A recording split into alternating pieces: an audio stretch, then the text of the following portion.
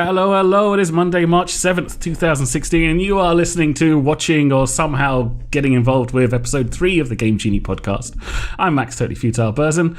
To the right is Joe Conan Marsh. Underneath me is Martin Dustus Walters. And in the bottom right-hand corner is Orson. How are we doing? Just Orson. Just Orson.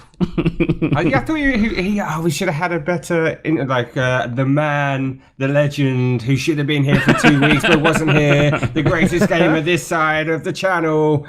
Overhype as much as we possibly the ocean, can. the pond, wherever, and in America as well, the best gamer ever! Best gamer! Enough about me. Rupert's also here. Yeah. Yeah.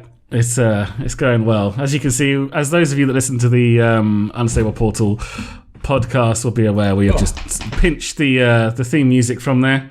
We will be trying to find our own piece of music. Orson is a musician, and he's going to see if he can dig something out for us, and we'll have something a little bit more individual for you next week. Yep. But until then, you just have to put up with the same music that you've been listening to for the last year. You have to put up with Max telling us about it. They know, they heard it. They'll deal with it, Max. They've already dealt with it. All right. How are you guys doing? Is everybody happy, pumped? You know, Monday's a good day, right? No, Joe's depressed. Joe's sitting there going, "This could be Black Desert time." I could be playing Black Desert right now. I just respect my character. Did you have to pay for it? What's that? Did you have to pay for it? Yes, I paid a lot for it. Really? I sacrificed my soul. Did you? You had to pay real money to respec? And my food money for the next month. For how much? I got the €100 pre-order so that I could play a few days earlier. No, how much? How much to respec? How much was you to change? Respec. Oh, I didn't pay for respec. Sorry. Oh, okay. So how does it work? You get a free respec at level 45. After that, you have to pay. How much is it? I have no idea. I didn't look. I've been here 30 seconds and I've already sidetracked us way off. Way off. It's fine. It was a question that I was curious about as well because I've been playing. I imagine it's pretty expensive, and I think, I know the whole cash shop thing, but I think they also do it on purpose because it's a lot like some older MMOs where it's very hard to respec, so that your choices actually mean something, and you have to put thought into your character, and people's builds are different. Instead of just everybody net decking one build and then insta respecking. Well, exactly. It's a game where you kind of want to be able to experiment a lot in the start because the build is so complex. It seems a bit rubbish that you get one respec and then you have to pay for them as well. Yeah, there is that side of it. I like experimenting and getting the best build and stuff. I mean, it's great. We'll talk about this later on in our designated Black Desert online time. This is a Black Desert podcast. Didn't you get the Black Desert podcast? Well, the Black Desert will get spoken about when we talk about games that we've been playing this week, which is pretty much what I was going to get to. Martin's looking very upset because we missed the opening banter for his new wig, which he has now taken off. Yeah, well, whatever. I go around, I get props, I put in effort, I bring something special, but no one cares about that. Oh, the trick is over. I'm sorry. Well, the big news for me is I have moved. As you may have noticed, the background behind me isn't the same. Oh, there it is. Well done. The You're having it at a jaunty angle because I'm not happy. Surely that's the opposite of what a jaunty angle implies. Fuck off. Didn't you wear it backwards to be cool? I don't know, when you wear a mohawk backwards, oh my god, that's amazing. There we go. This is kind of what my hair would be like if I grew it out. I just get a little ruffling going on there. Like mad scientist. Please grow your hair out. Krusty the Clown. Would be amazing. Oh, we seem to from the call. Yeah, we have lost Rupert from the call. Let me. There we go. I shall return. Rupert. He's reconnecting. He's there. We have regained him. Okay. I don't know why that happened. It's all right. All is well again. All is well. All right. So Martin, since you're so unhappy, why don't you go first? Why don't you tell us a little bit about what you've been playing this week? Oh my goodness! Actually, I'm not prepared for this. I should look at my Steam list. What have I been? Well, obviously, I played all the games that I normally play: Rocket League, Hearthstone, I haven't played any Don't Starve. I've been playing loads of that recently, but I didn't this week. Mm. The original XCOM. Everything that I've told you that I've been playing recently, Ori and the Blind Forest. One thing I did play a little bit this week, I haven't played in ages, Frozen Synapse. We did mention it last week. There's also another game made by the same people called Frozen something or another. I can't remember off the top of my head. It's essentially using the same thing. Frozen Synapse is the you plan out about 2 seconds worth of time with your squad of players in a top-down view, and then your opposition's also done that, and then the 2 minutes is played simultaneously. And so you tell them where to walk, where to aim, that kind of thing. And basically, this new game they've done was the same thing apart from American football. So it's kind of like half a cross between Blood Bowl and Frozen Synapse, I suppose, where it's not obviously American football, it's American football based kind of game like Blood Bowl is. You know, you've got an end zone, you're trying to pass it down, you can run it and throw it and you tackle people. But you do the same thing, you plan out 2 seconds and you go there. And I was really interested in getting it. I saw it on sale. Fortunately, I looked into it beforehand because they didn't support it very well at all. And there's like a load of bugs that decided not to bother fixing because I decided, not enough people are going to buy it, so there's no point. So there's no multiplayer really in it at all. The AI is apparently good, but if I could pick it up for a few quid, I'd get to play it for the multiplayer. But for the single player, I mean, sorry. But yeah. Is it like Synapse 2? Or is it like really... No, it's called Frozen Cortex. I just looked it up. Cortex, Frozen that's the one. Cortex. But I mean, like mechanics wise, like it's Yes. quite similar. Yeah, very, very similar. Like you control your people for like 2 minutes. Like, you know, you move people around, obviously trying to block passes where you think they'll pass it. There's some or whatever terrain there, some low terrain and high terrain. High terrain you can't go through or pass through, and low terrain you just can't move through, but you can pass over it, that kind of thing. So it gives you a similar kind of thing like that. And this little you get something like 5 points I think for a touchdown. So there's also like little dots of light on the floor scattered about, and if you have the ball and you run over them, you get 1 point for that. So you've got kind of these little things to do, you know, run and get a couple of these points, or am I going for a touchdown now, which is safer, these kind of things. And it looks like really good fun. I'm kind of sad because Frozen Synapse is a really good game. I'm kind of sad that It's an awesome game. they just sort of, they just sort of gave up on Frozen Cortex. But like I say, it'll be on the Steam sale at some point, like 75%. It does look good. off. When you get it, I'll get it. Okay, yeah. Well, we'll wait till the summer sale, and we'll pick it up for £3 or so. Yeah. Sounds like the way to go. You've been playing some more in the Blind Forest as well, haven't you? Yeah, I've been playing a bit more in the Blind Forest. Quite enjoying that. Making videos of doing that. But yeah, that's a fun game. That's a pretty game. It's like quite nice. I haven't played a platformer in so long. Like really couldn't remember the last platformer I played, probably 10 plus years ago. I suppose Super Mario Galaxy would be the last one. Oh wow! Play So that Super was a Meat while Boy? ago. Did you not play Super Meat Boy? I do have that. I have played a bit of that. I suppose it's the first one I've played. You need lots. to play it.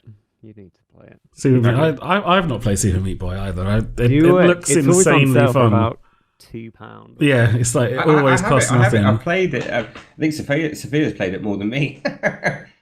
Really? Like I've wanted to play it since that it featured in that documentary that was made about the sort of following three indie developers, wasn't it? What was it called? Was it Indie Game the Movie? Game. Yeah, Indie Game the Movie. Indie Game the Movie. Yeah, it was that Fez and Braid. And Braid, was that it? Obviously, Braid was a bit of a runaway success. So was Meat Boy, actually. Braid looked like... I mean, I'm not that mad into platformers, but Braid looked really cool graphic-wise. Yeah, it was. The atmosphere of Braid's it was amazing. good. It was very pretty. I never got around to playing Braid either, to be honest, but it was a good-looking little platform game. It's worth it. It's not... It'll either draw you in completely or not at all, I find. Like, is it good story or gameplay-wise? Yeah, it's got a good story. I feel like a lot of people were quite divided by it. It gets very difficult as well. Okay. Yeah, I'd definitely recommend it.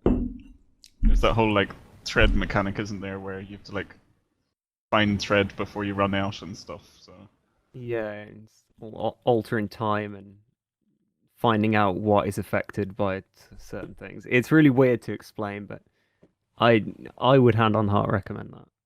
Yeah, I'll check it out at some point. It costs nothing these days, Braid. Like, it's so cheap. You can grab it in a Steam sale for like It's a Hey, I'm thinking of the wrong game. a couple of quid normally. Am I? I don't think. I don't know. Braid's like a puzzle platformer. No, Yeah. I'm thinking of a there's game quite a few of that's them, like admittedly. the guy, and he's like he's made from a ball of string or that's the new thing. Oh, That's the new Twine. thing. Is Twine. that That's what I'm thinking of. That's what I was talking it's about. so difficult with all the kind of like, braiding the hair and twining the string. Yeah, that's what I was talking about with the mechanic where you like run out of. I was actually going to say, I didn't know anything about braid, but I was going to say, hey, that sounds just like that other game. Oh, that's the one you meant. The Yeah. only game I can think of is Kirby's Epic Yarn. Yeah. You should play that too. There was that ninja game as well that was really good that I forget the name of. Mark of the Ninja. Yes. That's by Clay. What are they called? Clay Productions or something? I forgot what the name of the studio is. Entertainment, aren't they? Clay Entertainment. Okay, yeah. I love their art style. Like, all their games, they all look the same. Like, but they're so cool. Like, I really like the way their games look. I've got Mark of the Ninja. It's down on my list of games that I need to play at the moment. I've got it installed. I just haven't quite got round to it at the moment. I've been playing some Ori and the Blind Forest this week as well because I just absolutely loved that game.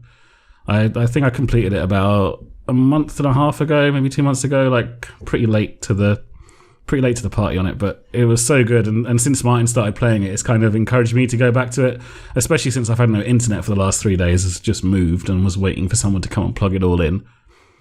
So last night I couldn't sleep, so I got up and just had a look on the computer and fired up some more in the Blind Forest and decided to go for the no ability points achievement run.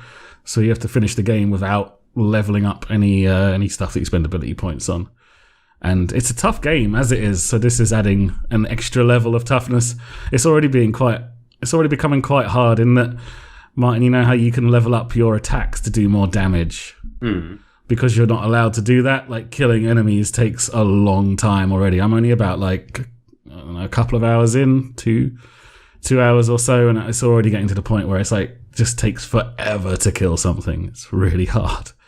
So you have to keep dodging all the crap that they keep spitting out at you and take them down. But Max, you need to play Dark Souls. Dark Souls is a game that I think is going to make me cry, or at least that's the reputation that it has. It's You need to do it soon because Dark Souls 3 comes out. Everybody has to play Dark Souls and Demon Souls. Yeah, they I haven't played Demon Souls, but yeah, my stream when I was streaming regularly made me play Dark Souls 1 and 2. And best that was, games ever. Definitely good fun. list of my top games. Okay, all right. I mean, I will do it at some point, I'm sure. I tell you what. The only reason I thought of that was because you were talking about no upgrade runs. You can do sort of the same thing in Dark Souls where you don't level up at all. So you. Oh, okay. Yeah.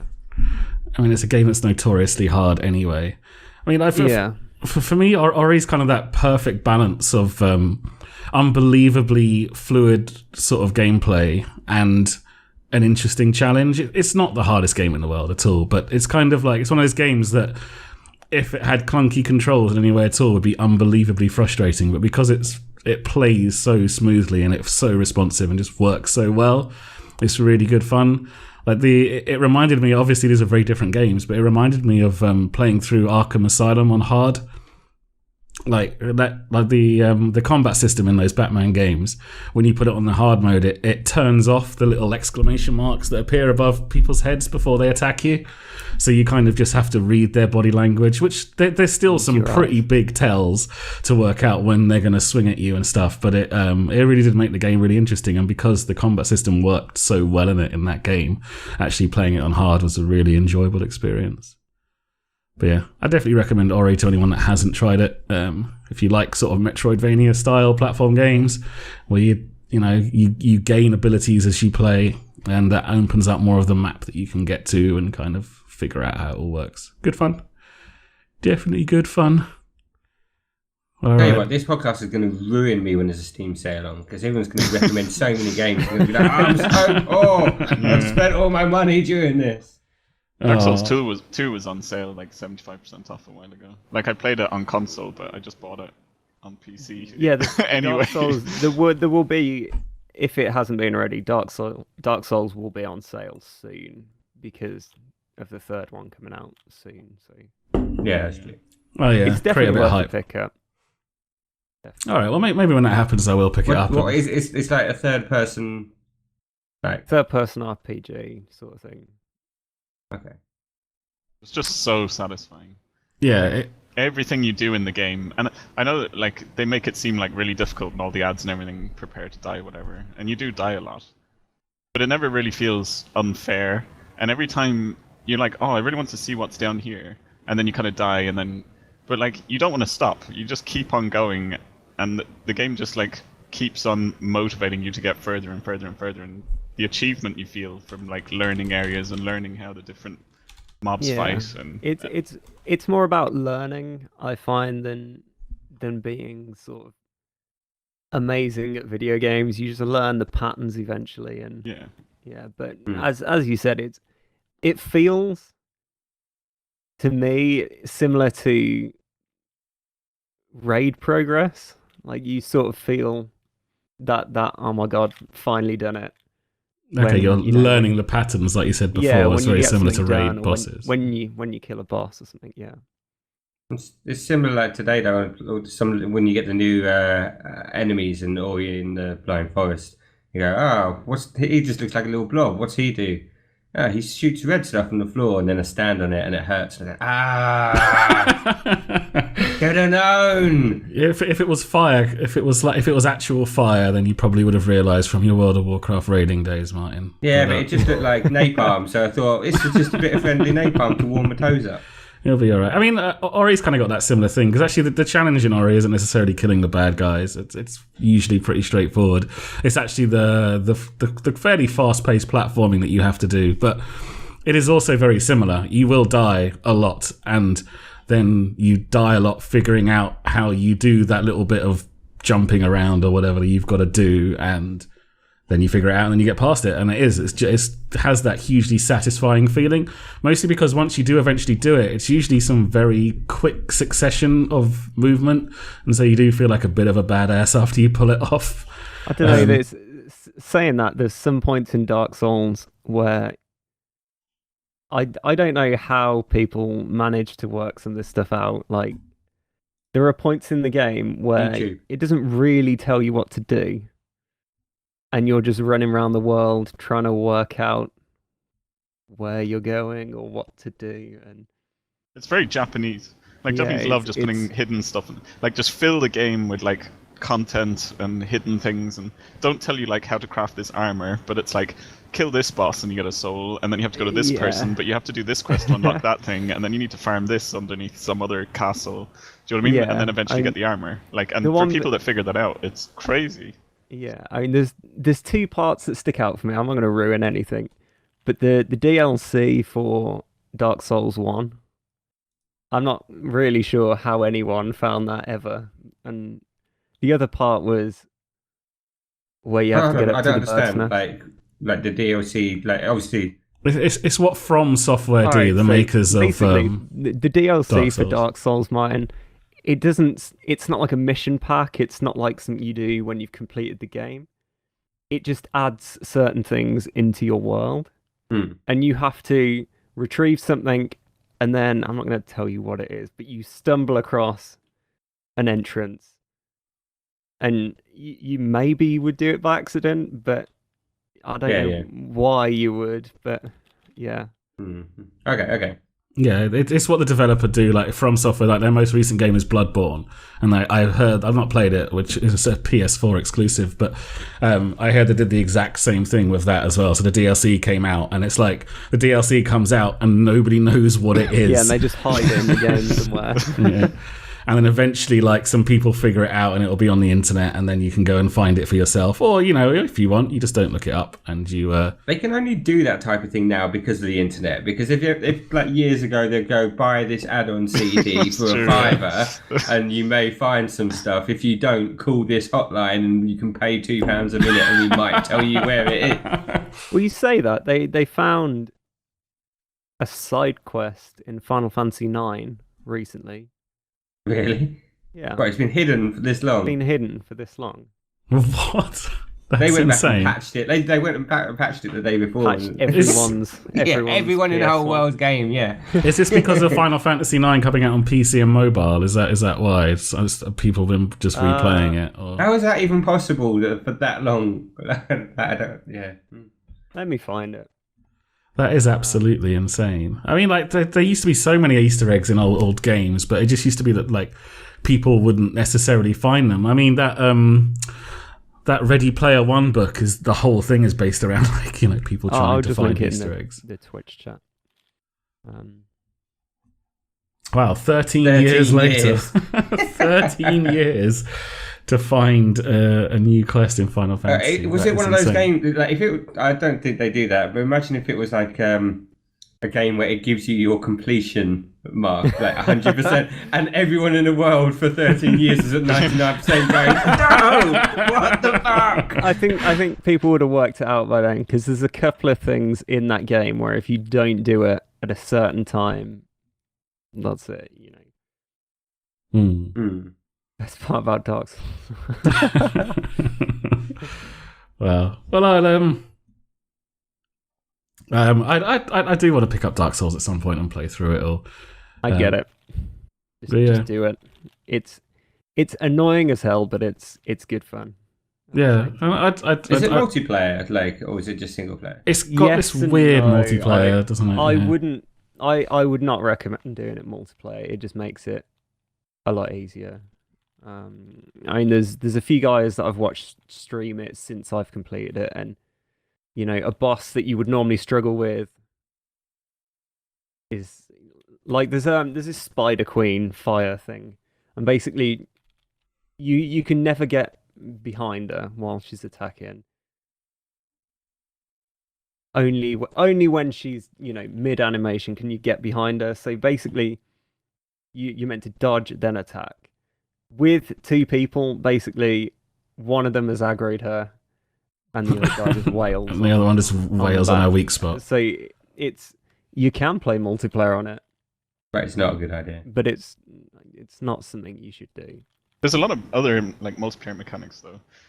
You can see blood spatters on the ground when other people have died, and then you click on the blood spatter, and it'll show a ghost of what happened to them in the last 10 seconds of their death. So if they fell off a cliff or got killed by a monster or something. You can also leave signs on the ground for people to tell them what's about to happen, but it's only using a limited, set of words Collection and stuff. Of words, yeah. And there's also a lot of PvP. A lot of people play it for the PvP.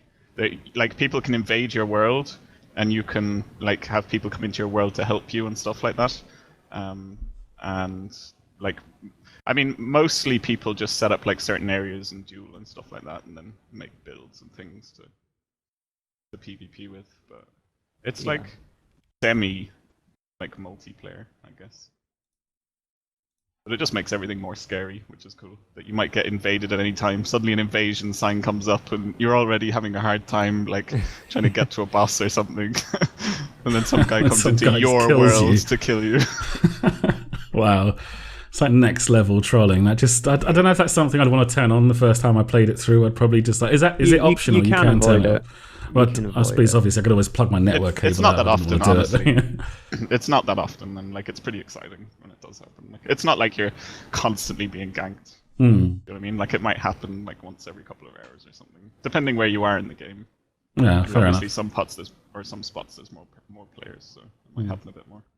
Martin, your face is so beautiful that your camera has decided to lose focus. I'm not sure why. Yeah, I'll just look at it. That's not. It's focusing on your mic. Yeah, push the pop filter out the way. Ooh. Oh, there we go. Okay. Hey, he's back.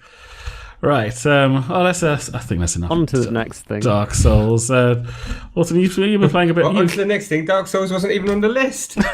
Well, we're not even onto the list yet. God, Mike, we haven't even got to the list. I don't know. We've talked about some of the bits. Well, that can replace my what have I played this week, because I have played nothing this week because I've been in hospital. Okay, fair enough.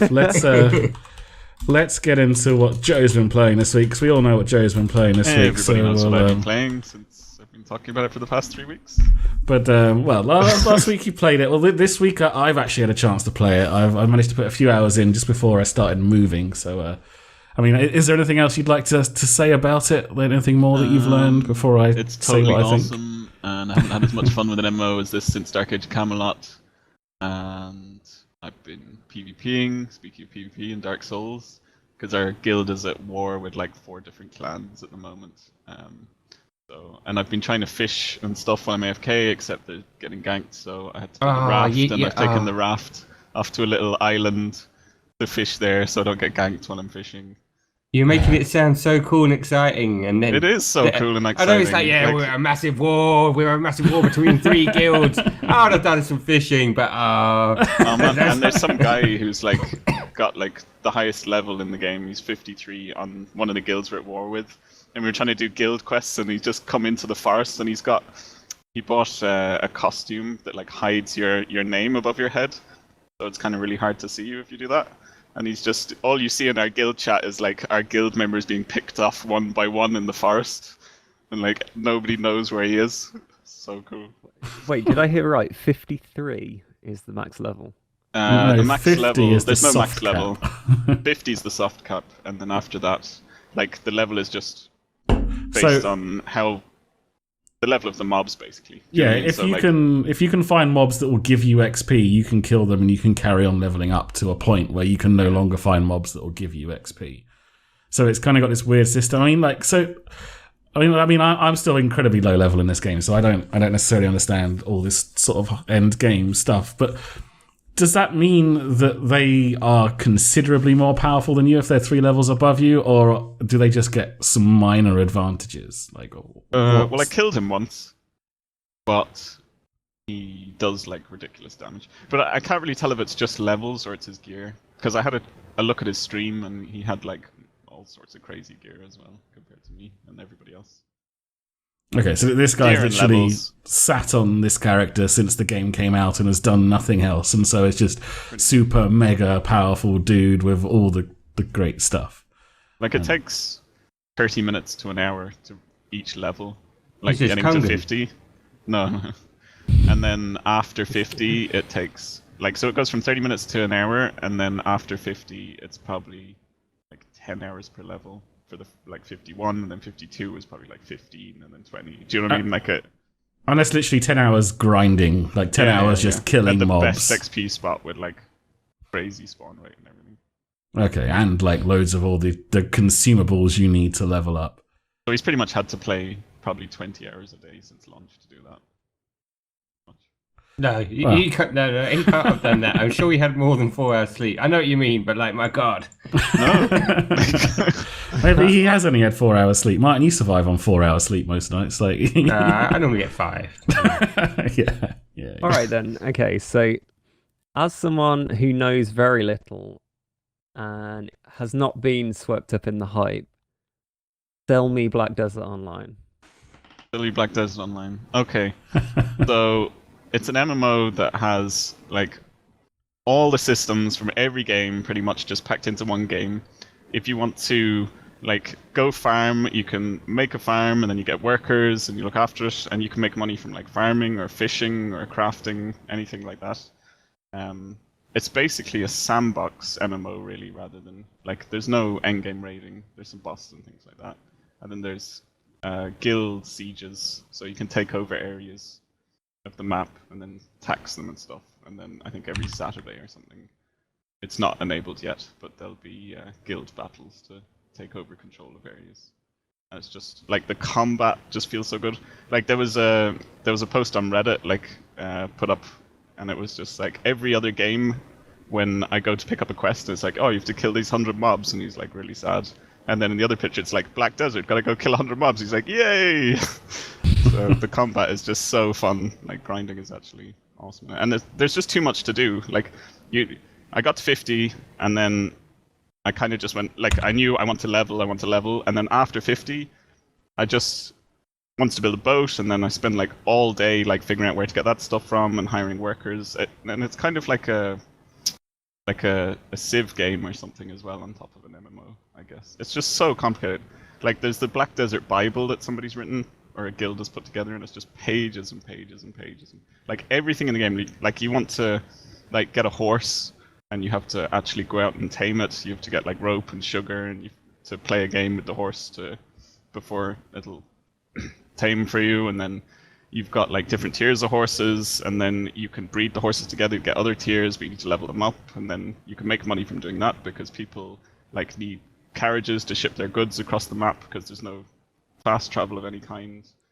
But what are you building towards? Like once? Yeah, that's my issue. The goal is to, from what I understand, like the goal is to be successful in the game in some way. So either make money, get gear, or whatever. I'm still at a low level, but to me it feels like if you took EVE Online, took it out of space, put it on a planet somewhere, and made the combat system actually fun. That's a good description. It's like that. So, if you want to just go into the game and you want to go and farm a load of stuff and put it in your transport ship or whatever, and then try and get it through a trade area where you're likely to get attacked by bandits or whatever, and you get people to come and help you take it through that area, you can do that. Sorry, I said ship, I meant a cart. So the game has like these systems for like moving things around.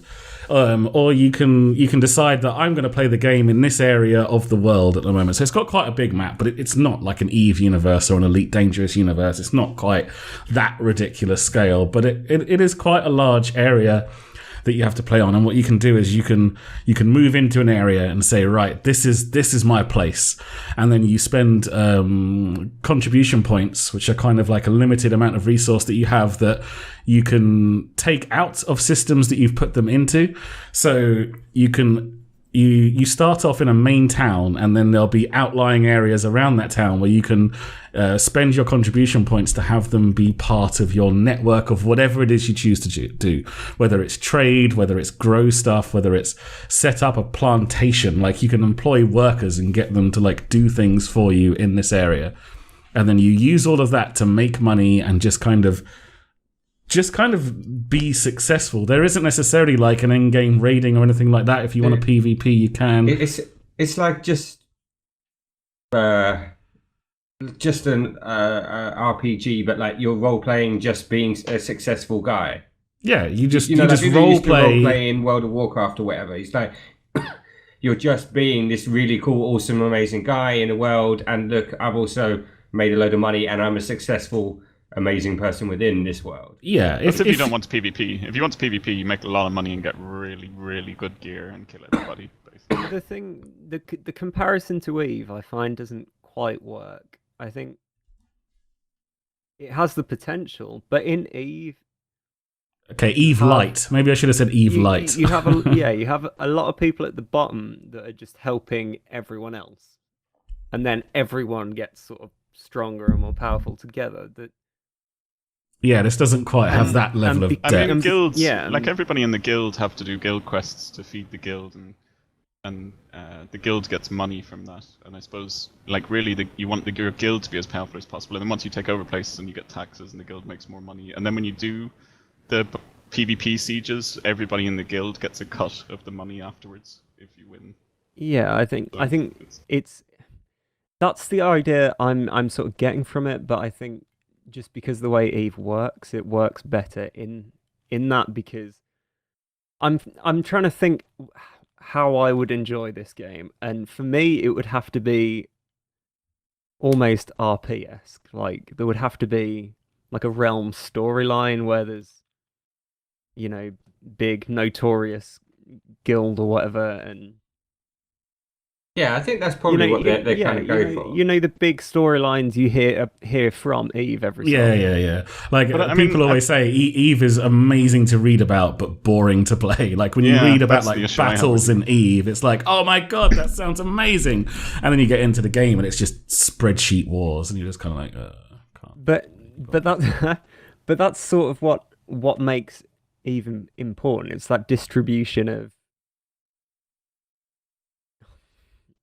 power and wealth and jobs as such. There's guys that will log on and just mine, and there is guys that will then log on just to move all the ore, and it's like, I don't know.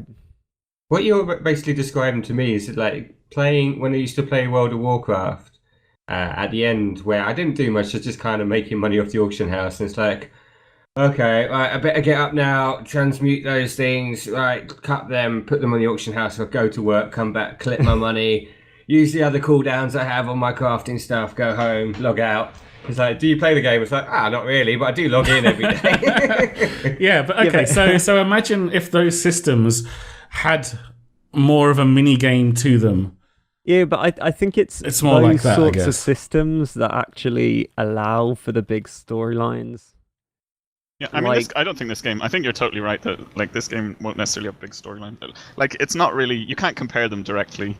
I mean, it's just kind of a good overall. No. Like, it was just a rough idea because a lot of people say I don't get the end game of this MMO or I don't necessarily understand what's going on, and I don't fully understand it yet either. I definitely don't think it's the next big thing. I think it's an interesting thing to play, and actually, for me, this is the kind of game where the world is interesting and all the different things that you can do in it are something I want to discover. This isn't a game like World of Warcraft or WildStar or your traditional kind of MMORPG where it's like, right, I'm going to look at a guide, I'm going to get to max level as fast as I can so that I can start doing that in-game raiding content. This is literally a game where it's like, wow, there's lots of interesting and unique mechanics at work here that I just want to experience at my own pace and figure out. I don't want to rush to max level. I don't really care. I'm just kind of exploring the game and everything that it has to offer. And there's a good chance that once I've explored everything, I'm going to be like, okay, I'm done with that. But that's still going to be 50, 100 hours worth of entertainment. And for me, that's something I'm going to enjoy and I'm going to spend my time doing it. However, I don't think it's a game I'm going to lose myself to at any point. I think it's just a game I'm going to play with, experiment with, and have some fun with. And I suppose if for 30 euros, it's all right. If you enjoy all the story along the way, you enjoy the story, you play the game, you have fun doing it, like that's the point of the game. Because you get to max level and you've done everything, you've done that, and you set up your stuff, and you can kind of go, I've killed everything, I've become the all-powerful person, and I can stop playing now if you want. If you want to keep going, obviously you can, and most people who get in there want to. It's the same as it's like when we used to play WoW or games like that, trying to explain to my girlfriend Abby, trying to explain to her, because she loved playing like Final Fantasy games and stuff like that. She was going, I don't understand. Like, when do you win? I was like, well, you win when you like kill the last boss. She's like, but then you keep playing. It's like, yeah, because they add more. And she's like, so what's the point? When do you ever win? I was like, well, you don't ever win, I suppose. No, you do. It's kind of the same. It is the greatest game because you win over and over and over again. All right. I said to her, wouldn't you liked it at the end of that Final Fantasy game if you didn't have to just say goodbye to all your fellas and they went off on another fun adventure? And it's like, and she's like, I suppose, but it's like nice to have the finality of it. But that's what like Max is saying. You can still enjoy this game the whole way through. The enjoyment is like, Joe enjoys like the combat and everything like that so much. That's where you're making your money out from it. You don't have to have a boss at the end of every game. No, I know that, but I feel like a lot of people are going to hit the end game and go, well, I don't really want to grind just to make money. And maybe. But I think the game isn't actually for those people. Farm Do you know what I mean? turnips. Yeah. That's the thing. It's like I'm a grinder, and this is the perfect game for me. Yeah, It's all the aspects that I absolutely love. Like, I love PvP, and I enjoy grinding. Like, I love Diablo to bits. I played thousands of hours I've racked up in Diablo. And, like, that on top of the other systems in the game is great. And I understand that it's not going to suit other people. But like you said, I think even those other people will enjoy playing the game for what it is until maybe they hit max level and a bit after. Do you know what I mean? Yeah. Without, maybe once their goal is gone, they won't enjoy the game anymore, but they'll Yeah, still enjoy the game for what it is. I'm just mainly concerned about its longevity. I think as soon as people start approaching max level, the vast majority of people are just going to go, there's nothing really here for me. I don't know. The Guild Wars, I think, could hold some people's attention. Yeah, you say that, but that was present in Guild Wars 2.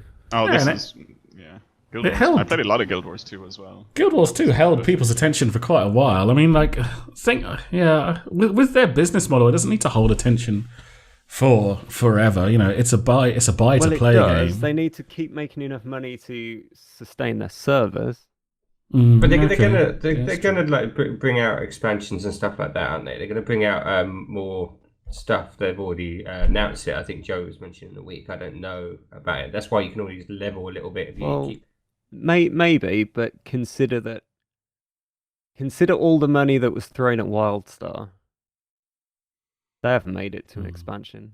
But like, if you play WildStar from wait, the start, WildStar actually has new content coming out. It has finally happened. 2 years after the game was released, they will have their first raid patch. For quite a long time. But like, WildStar is an example. Like, I don't understand. Like, you don't need to worry about what's going to happen or not happen. Do you mean the game is as it is while you're playing it? So either the game is good to play, or it's not good to play. Like, don't worry about the future. Yeah. Because, like, what's the point? Do you know what I mean? Like, you're going to be bored by then, or maybe it'll be even better and you won't be bored. Like, that doesn't... As long as the game is good currently... That's logically sound. That's a perfectly valid thing to say. But then you remember that a lot of people don't want to leave WoW because they're attached to their characters. And, that investment. The amount of time that they've put into it, the investment is what keeps them playing and what prevents them from playing other MMOs. That's not everyone. I think it's community as well in WoW. Like, a lot of people have a lot of friends in WoW still playing WoW, and then not enough people go to another game that they just want to hang out with those people. Like, I mean, as well as your character.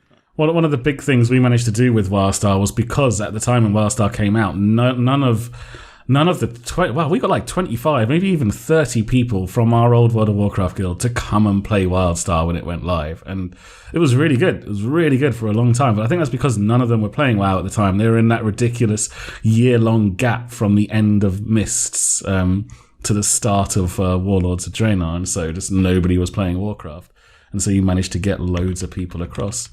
So, community is always going to be like a big part of it. But I don't know. I think Orson does have a point. Like, when it comes to an MMO, because this game is labeled as an MMORPG, there is still that thought that I am creating a character that is going to last a long period of time. Regardless of how long you intend on playing the game, you still kind of... Generally, MMORPG has that implication of that whatever I create, whatever I invest my time into is going to be there and it's going to last a long time. And if for whatever reason you feel that maybe that game isn't going to survive or last, then that might affect your decision about whether or not you play it. I think for now that I still agree with Joe in a lot of sense. I think I get the same thing. I have the same problem. I don't think I'd ever play this game, but that's because I've looked at this game. I understand exactly what it is, and it ain't for me. This isn't what I want to do. I don't have the time. I don't want to grind stuff out. It's not going to be my cup of tea, but I can still see it being a cup of tea for plenty of people and them enjoying it and liking it for what it is. And you're still going to get your money's worth out of it, even if you're just leveling up the amount of hours to... Well, yeah, how long it is buy to play, so you only really need to get your leveling done, and then it's paid for itself, really, hasn't it? Yeah, and then you've won, and you go, yes. Like, I don't know, like the amount of effort the developers put into this game. Like, yeah, if you like it a bit, then there's so much to do in the game that's going to last a long time. And like, going by the Korean or Japanese servers, like, they've released huge content updates, like 4 or 5 months. But that was the other thing to say. It's still going over there perfectly strong. I know it's a different market, but people want different things possibly out of their games there. But it's still going there. And if they have released the content there, it means they can release the content over here. Like, if it ever starts flagging, they're kind of ahead in terms of what they can do. Yeah. And they can decide to speed it up or slow it down depending on people getting bored or whatever, I guess.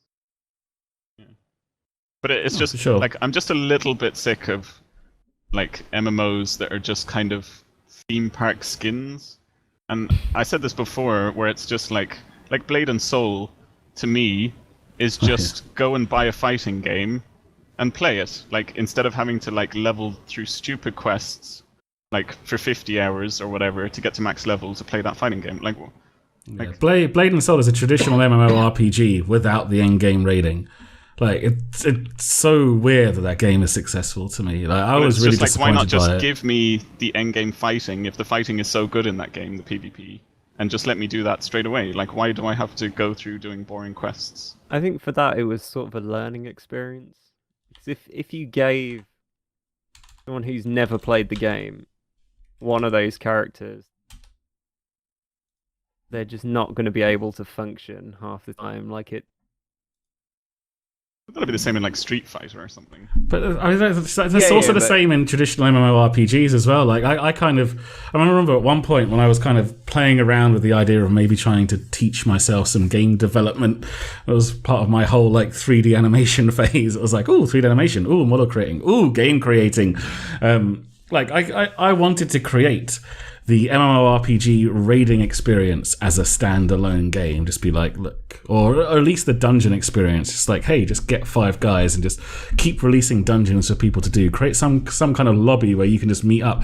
And that's it. You get a MMORPG style character with like when you decided you wanted to make a game, you went, should we start off with something easy? Go, no, World of Warcraft's like, go, we can do this. No, typical me, like trying to run before I can walk. Instead of like trying to create an 8-bit retro style puzzle platformer, I went for the no. I want a 3D third-person action combat RPG game. Boom, straight in there. Who are these Blizzard? They don't seem that big to me. I could do that on my own. Yeah, no problem. But that whole experience of like just going straight into that dungeon and possibly like raid experience, why bother having the leveling process? Sorry, that was the point I was trying to make. I think there needs to be like new classifications or something for MMOs, because like I sound a bit annoyed about the Blade and Soul thing, but I'm sure if your expectations going into it weren't that it was like a really cool MMO with cool new stuff in it and lots to do, like if you understood that it was a kind of on rails sort of game. Do you mean? Because I play like it's not like I play simple games, and as long as they're good and the combat's good and whatever, I'll enjoy it. But I guess the expectation of an MMO for me is always, like lots and lots of things to do. And I think they just need to classify like this is an MMO that's like sandbox or whatever, and like loads of systems and stuff to learn, and this is just like box that's a fighting kind of. Let Joe finish his point. Ignore what I'm doing. Ignore what I'm doing. Let Joe finish his point. I am trying to create a box that makes it more obvious what we're talking about, because Martin was saying in chat to somebody that didn't notice what we were talking about that it needs to be more obvious. Yeah, and I think it's the same with Black Desert, where a lot of people are going to go, ooh, MMO, and their expectation of MMO is like endgame raiding. Yeah. And they're going to come into this, and they're just not going to enjoy it because of that. They'll get to max level, like you said, and they'll just go, oh, what do I do now? Yeah, what do I do now? But it's a game where it strikes me like, I think that's why I kind of compare it to Eve. But I suppose it probably is a better comparison to say Elite Dangerous, where it's a game where you make your own fun. You've got a lot of tools with which to do it, and you just kind of go nuts. Sandbox, go out there and do whatever you want to do. Thank you, Martin, for pointing out that there is now some blue-coloured crap behind the current topic. I thought the blue-coloured crap wasn't doing so well, so I thought I'll just like liven it up a little bit. I'm just like this the whole time. No. You are very kind. You are very, very kind. Sorry, I just read chat. Octasco said I thought I was just covering up your face. Octasco, you're my favourite viewer. You really are. I was actually going to put... I forgot at the beginning to put in my complaint that we bring Orthon on to make all the rest of us look older and ugly. Joe took the good idea of dimming the lights. Just, me and Max didn't have that option. I don't have a dimmer switch. You have to sit here. My face looks unusually red on this camera as well. I'm not quite sure why, but it's probably just the glare off the screen. Yeah, well, I'm okay with it. It just, I think I've recently moved to Newcastle, so it just looks like I'm trying to fit in with the fake tanning. So it's all good. It is all good. Right. I think so. Next on the list was The Division. Okay, yes. Next on the list is The Division. This is what I was getting to. The Division is out at midnight CET tonight, so that is 1 hour away. Do we care? I should probably I was a little bit update hyped. our I was a little little bit topic. hyped for it a while ago when the first beta came out and I played it. And it was like, yeah, this is kind of cool. And then I tried out the PvP and that was not really set up very well. And I could just see you playing it for like 2 or 3 days and then being really bored of it really quickly. It wasn't like balanced at all. The whole going rogue system, like incentive-wise, was like missed balance to people not wanting to go rogue. Yeah, it was like you had no reason to go rogue. It was like, but people were still doing it. So, you know, I get it, but it was just like the manhunt is just kind of like, this is the point where you die. Like, you don't really have any tools to kind of deal with the fact that you are a massive blinking light on everyone's minimap saying, guy here for ridiculous reward, kill him now, kind of thing. It's like, I got what they were going for. It's a really cool idea, but they need to somehow give the person that's being hunted some kind of tools to surviving. Apart from just objectively being better at the game than, was it up to 24 people in a PvP instance on that? Is it something like that? So objectively Something better like than 23 other people that are in there. You know, I guess kind of felt. Everyone that's played it, I didn't play it, but everyone I know that played it is just a bit like. If there was nothing else out, like, I wasn't playing Black Desert at the moment, and I was like totally bored of everything else, then I would definitely pick it up and play it, because I know it would last me like a good 30 hours. But Well, that's about it. you are a huge fan of Destiny, aren't you? Yeah. And everybody's comparing this to Destiny, but Nothing I mean, like Destiny at all. yeah, you've said that before. So like, the one game that it kind of could be like, which is quite a successful, you know, massively multiplayer online game on console only, sadly, that it's quite similar to. It's nothing like, because it's just Like, Destiny is a lot more like a Halo MMO or something. Like, there's a lot more movement, and like shooting feels a lot more fun, and gearing feels like more satisfying. And the single player, there's massive story, and there's just like way more content. I don't know, like, if they've been hiding content in this, which I expect they haven't. They just pretend they're hiding content so that you think there's more. But I think there's not that much in this game. no. Given the announcements that they've had in the last few days about the content that's coming, so we're getting raids, whatever that means. Like, we've just been told we're getting raids. No one has actually explained to us what a raid is. We're just being told that we're getting raids. There's a whole load of underground stuff coming. That'll be paid for content. One of the expansions is called Underground, which apparently is just a whole new load of PvE story stuff, which is kind of like, why is that not in the game already? It really looks thin on the ground story-wise as it is. And there's going to be some paid-for content to get a little bit more of the story, where you go underground and fight like into the sewer systems of New York, basically, and you fight some enemies that have been massing under there. And then there is a free patch coming at some point that is going to massively change the way that the Dark Zone works. We've had no information on that in any way at all. Maybe it'll do some of the things to Not fix the even problems. out yet, and they're Yeah. and they're like, we're gonna patch it. Like, Yeah. There's They're a like, whole... oh, we realize it's not ready and there's not enough stuff and we haven't balanced it properly and we're releasing it anyway, but we'll patch it. Yeah, it's a game that I really wish I'd bought on Steam, because I would have refunded it, but unfortunately... Oh, you didn't get the refund? Well, I didn't try very I thought hard. Will refunded it. He bought it on Steam. If you buy something on Steam, Steam's got like a whole refund system, because Steam abides by EU trading laws, whereas Uplay do not, apparently. Or at least I'm pretty sure they would still abide by them if I sent them emails and tried to speak to people, but I was just like, oh, do you know what? I can't be bothered. I'll play through it a little bit anyway, so I can actually have a proper opinion on it at some point, so I can talk about it. But literally, if I wasn't trying to make YouTube videos or do any kind of podcasting, I wouldn't play this game. I'm literally just playing it so that I can have a valid opinion on it to talk about at some point. And I'll probably play through it. You know, I'll finish the story at least, and then see what's happening with the Dark Zone stuff in it. So like I'm super interested We'll see. just to see, like, I can't wait to like look at forums and stuff and just see how other people are or aren't enjoying it. I mean, like I haven't totally made my mind up. It's just basically my impression from what they've released content-wise and what I experienced in the beta. But you know, maybe there's loads of stuff to do in the game, and the PvP will be awesome. Yeah, I mean, like it's a third-person shooter, so the PvP is going to be kind of fun no matter what. As long as like the gunplay feels all right, it's going to be fun for like a few hours to get in there, shoot some people, and see what happens. But I think the way the systems work is going to become frustrating enough that after a little while, it's going to be like, okay, I'm done with this. But you're right. You know, you could probably get 20, 30 hours worth out of it. Whether or not that's worth the price tag that's on it for what it promised to be in the first place, like it's nowhere near the game that it was promised to be.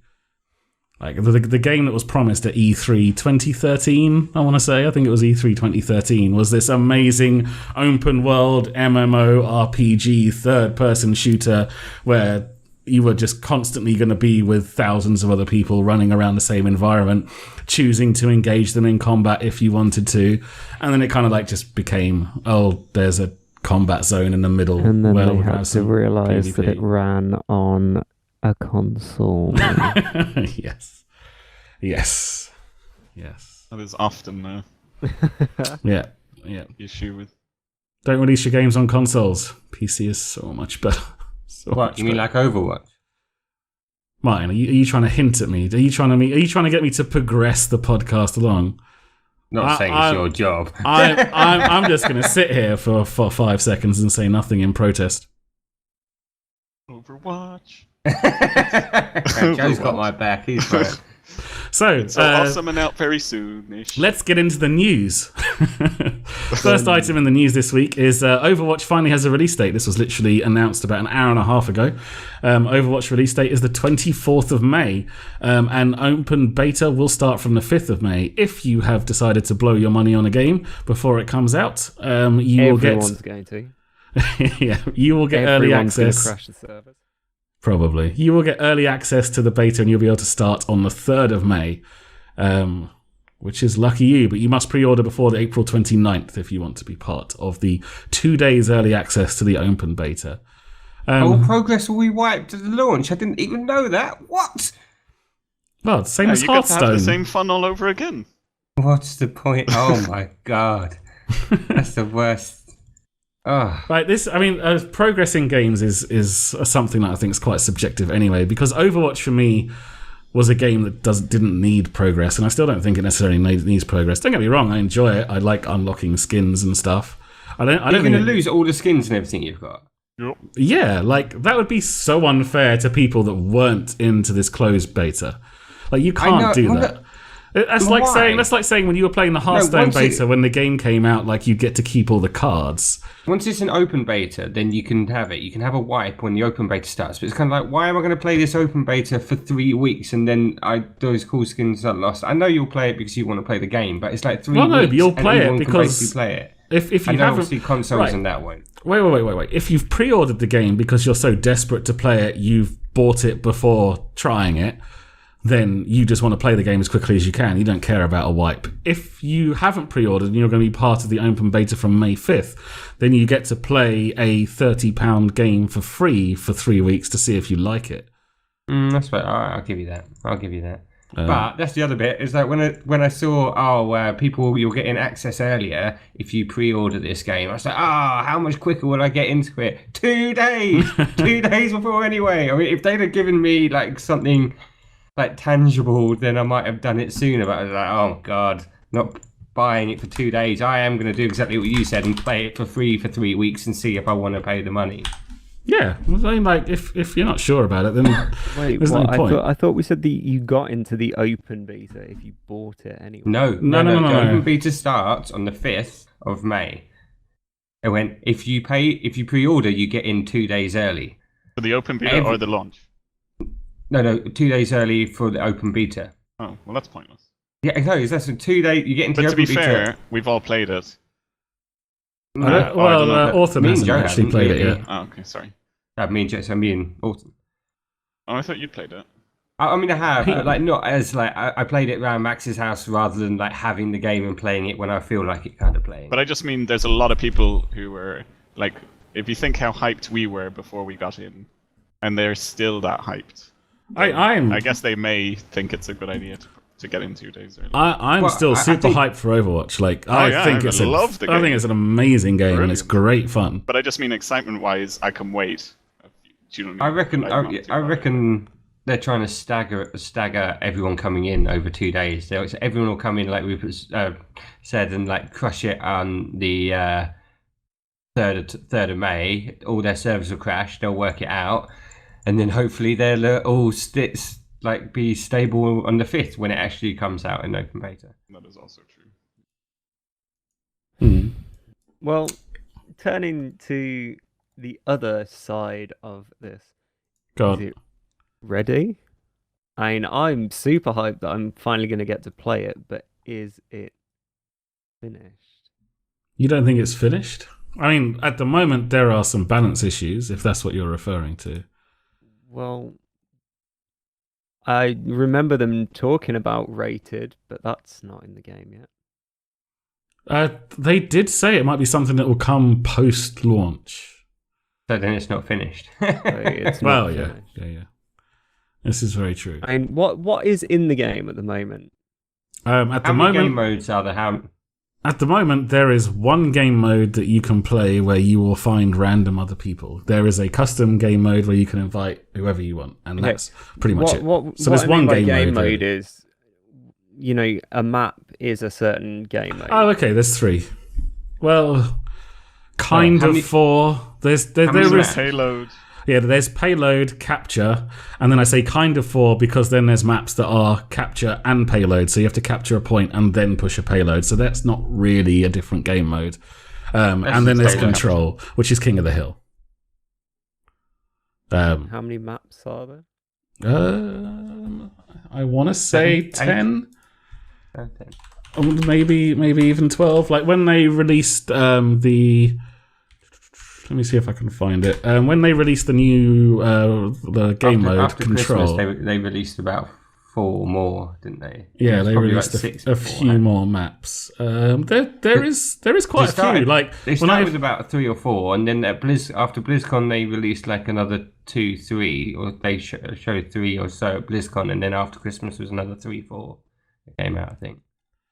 I think the question as well, though, like in terms of like content.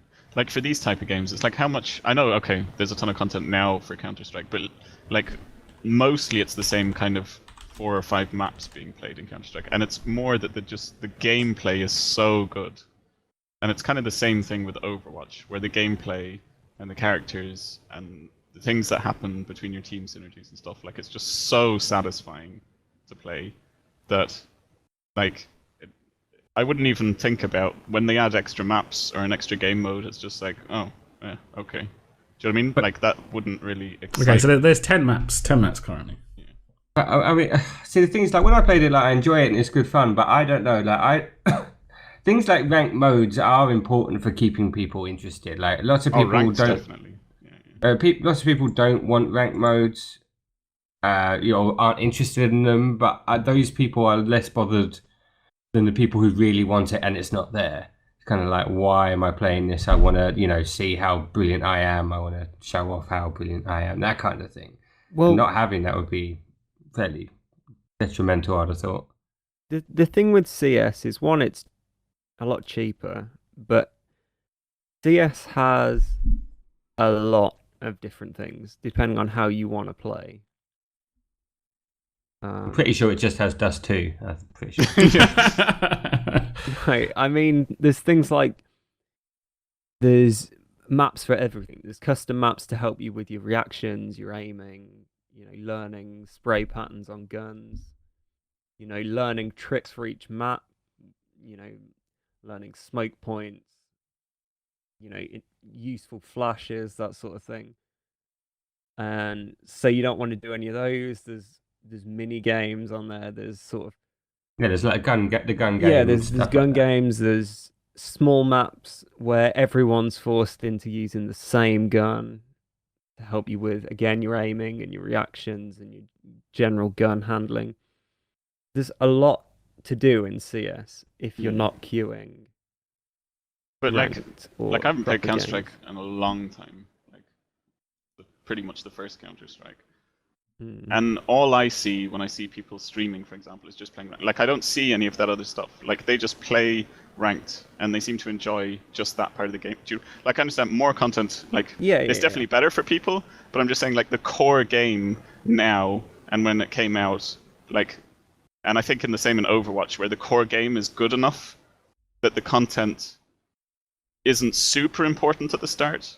But obviously, as the game goes on and it's a year old and it's 2 years old or something, then we want more content at that point. Yeah. Is it going to be the same thing where the problem with the lack of content and things to help people really improve and learn things is that if someone's better than you in that game, they're going to crush you repeatedly, and there's nothing to help you improve other than keep playing, and there's very little on the menu to greet you other than play.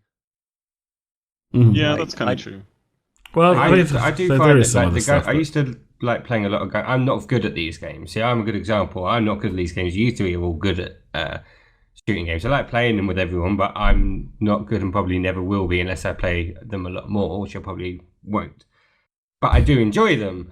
And I like getting there, doing a little bit of fun, throw some flashbangs in my face and that kind of thing. But I like the gun games on Counter-Strike when I first start playing or haven't played for a while to get me used to it, because it's just a bit of fun. And you go in there and you die and you respawn, you die and you respawn. I'm not going to win, I'm not going to get all the way through, but it's still just good for getting used to, like we were saying, practicing movements and shooting and all that kind of stuff. Whereas if I go into let's just go play Dust 2 and we'll go in and we'll play a game, dead. Right, I'll sit down, watch everyone play for a minute. Shoot, dead. Okay, I'll sit down. And it is very.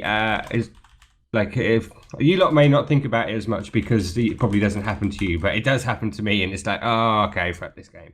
I think that's what happened to me when I played Overwatch as well. I did get annoyed. I was I just keep dying. That's why I ended up playing the rocket person. I can't remember the name. The one that goes up in the air and you shoot some rockets down, because that's always reasonably noob friendly. It's hey, I'm up in the air, shoot some rockets at some people on the floor. But it's not really getting me any better at the game. It's just it takes a lot of skill though. That's one of the highest skill. It takes a lot of skill to do well, but if your aim is to pick up a kill a game, it's yeah, I got a kill, right, I'm happy now, forget about it. That kind of thing. I don't know. I don't know. Arthur does have a good point. It is definitely a game, because it is an ability-based combat game where if the other team has better positioning for you or a better understanding of the game and they understand how to counter what it is you're trying to do, you will get absolutely crushed. If you're the kind of person that goes into Overwatch and is I like playing McCree. He has a 6-shooter. I am good at aiming. I really like this character. I am only going to play McCree.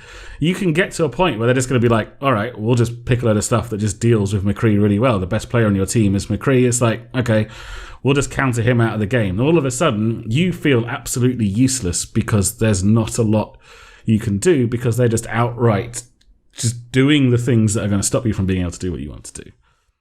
Yeah. And unless you understand the game on a high enough level to be all right, I need to swap out to a different hero and I need to try a different tactic.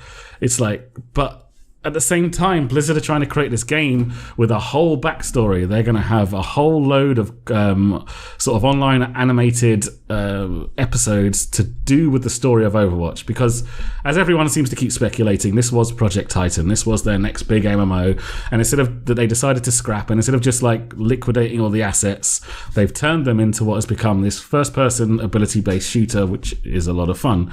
And so they've got all this stuff. They've got all this story. They've got all this stuff just ready to go, and so they're using it. And it is a good idea in a game where you're going to sell loot crates and you're going to want to make more money further down the line from people trying to get cosmetic stuff for these characters, you want them to care about the characters. You want them to have that attitude of McCree's my guy. You want them to be sat there every single time they get a loot crate. Is that the legendary McCree skin? Is that, I think it's called the Gambler skin, where he looks like a good riverboat gambler type cowboy. Looks really cool. It's like, do you want to know, I want to be getting that skin, and you're going to keep getting those loot crates until you get it, or until you've got enough credits to unlock it for the amount that it costs, which is going to be quite high. But at the same time, this is a game that ludicrously punishes you for sticking to one hero. So it's interesting. I kind of disagree a little bit, because I think it's the same thing in like with League of Legends, where like you're not amazing at the game, and so you kind of like people kind of come up with excuses. In general, I'm saying if someone's not that great at the game, that they kind of like, you kind of come up with excuses for yourself, and like one of the excuses, oh, I got counterpicked. And it's the same thing in this, where, you know, there's going to be people in this game, and like I think concentrating on one character, in the same in League of Legends, you just play like only Rengar or whatever. Like doing that, you can actually get much further just knowing your character, knowing the counters. It doesn't matter if it's a counter pick, because you're just better at your character than the other person.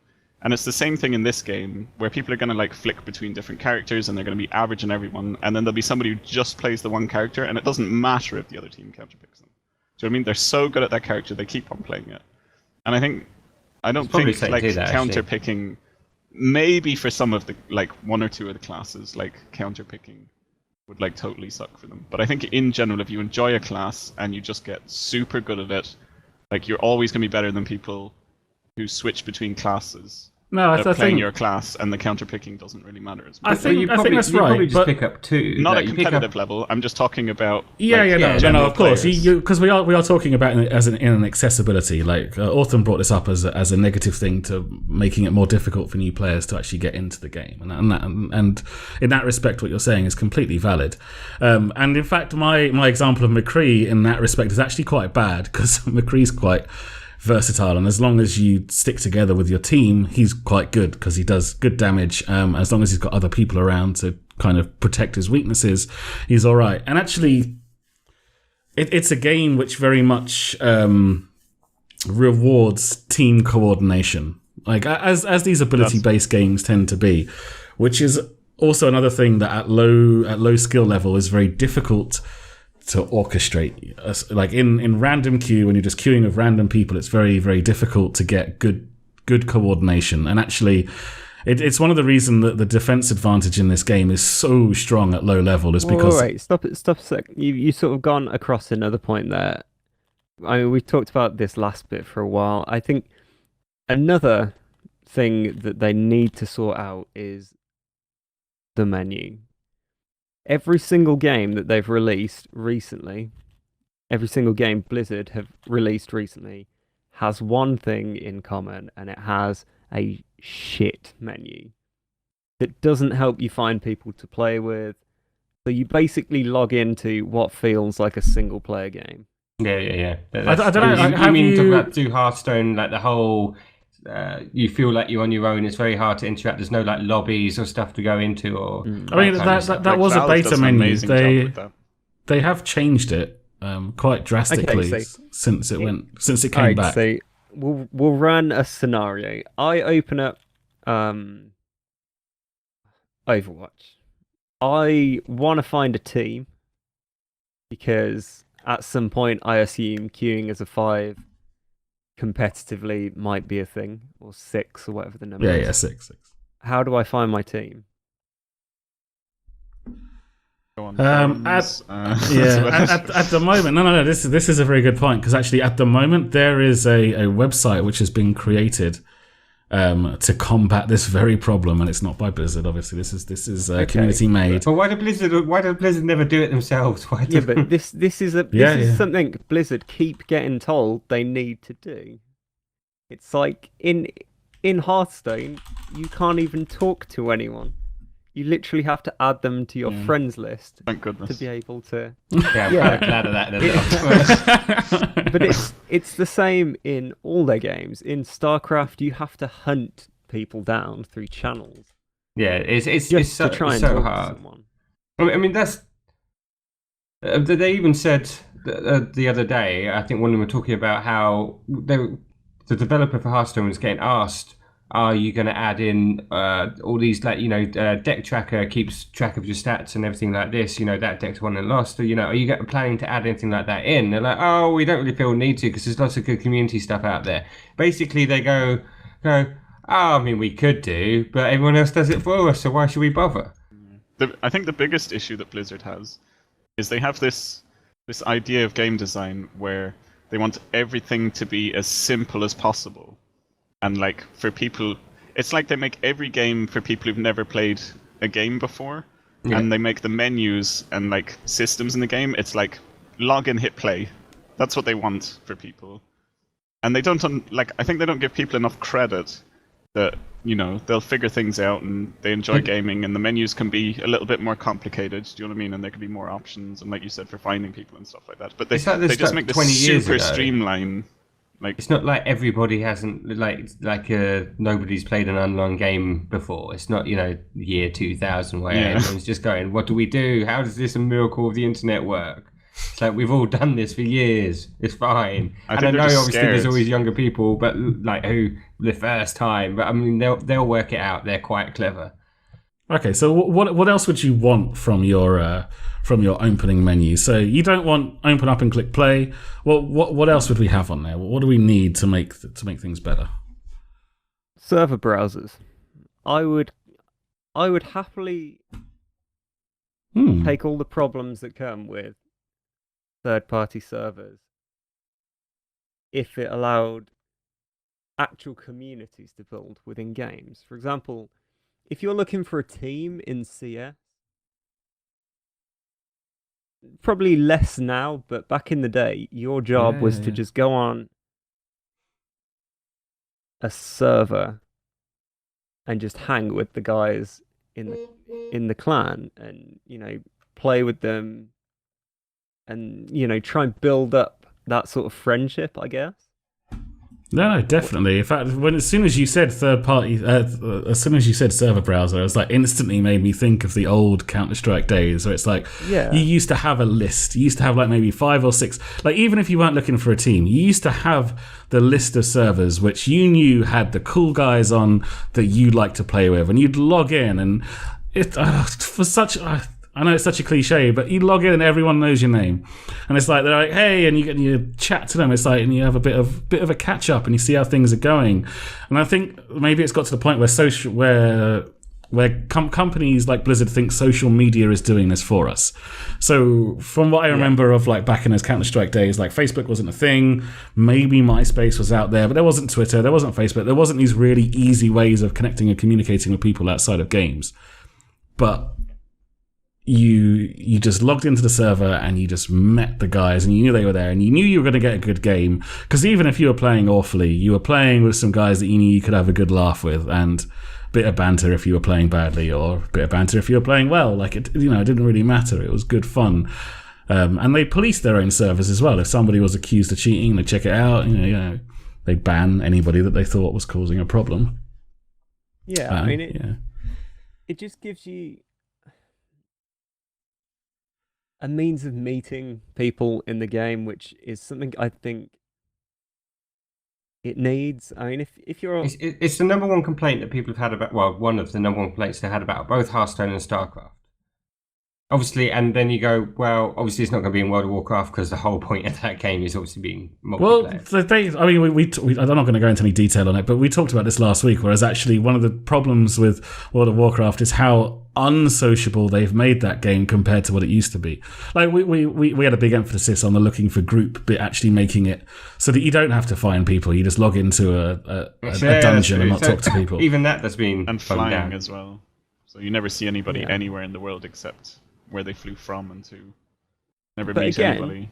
To draw the CS comparison, CS has both. Yeah. So why can't Overwatch have both? I don't know, but then you're talking about a game like CS that's been around for a very long time and was like created originally in a different place. I'm not saying, like, I think that obviously Overwatch won't ever get what you're saying, even though they probably should. No, but they could do. I mean, it is very early stages for, like... I just don't understand. In a game that's built around forming teams, why they wouldn't do that. League of Legends has it. League of Legends just the has ability to have a server chat policy. room, you mean? Or No.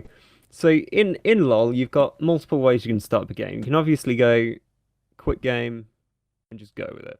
I see. You mean people can Whichever. create custom games and then anyone can join them. But there is still custom games. Obviously, it's not quite the same, and you can't revisit a server. But you can jump in and talk to people, and it's a little more sociable than just being thrown into a game with them.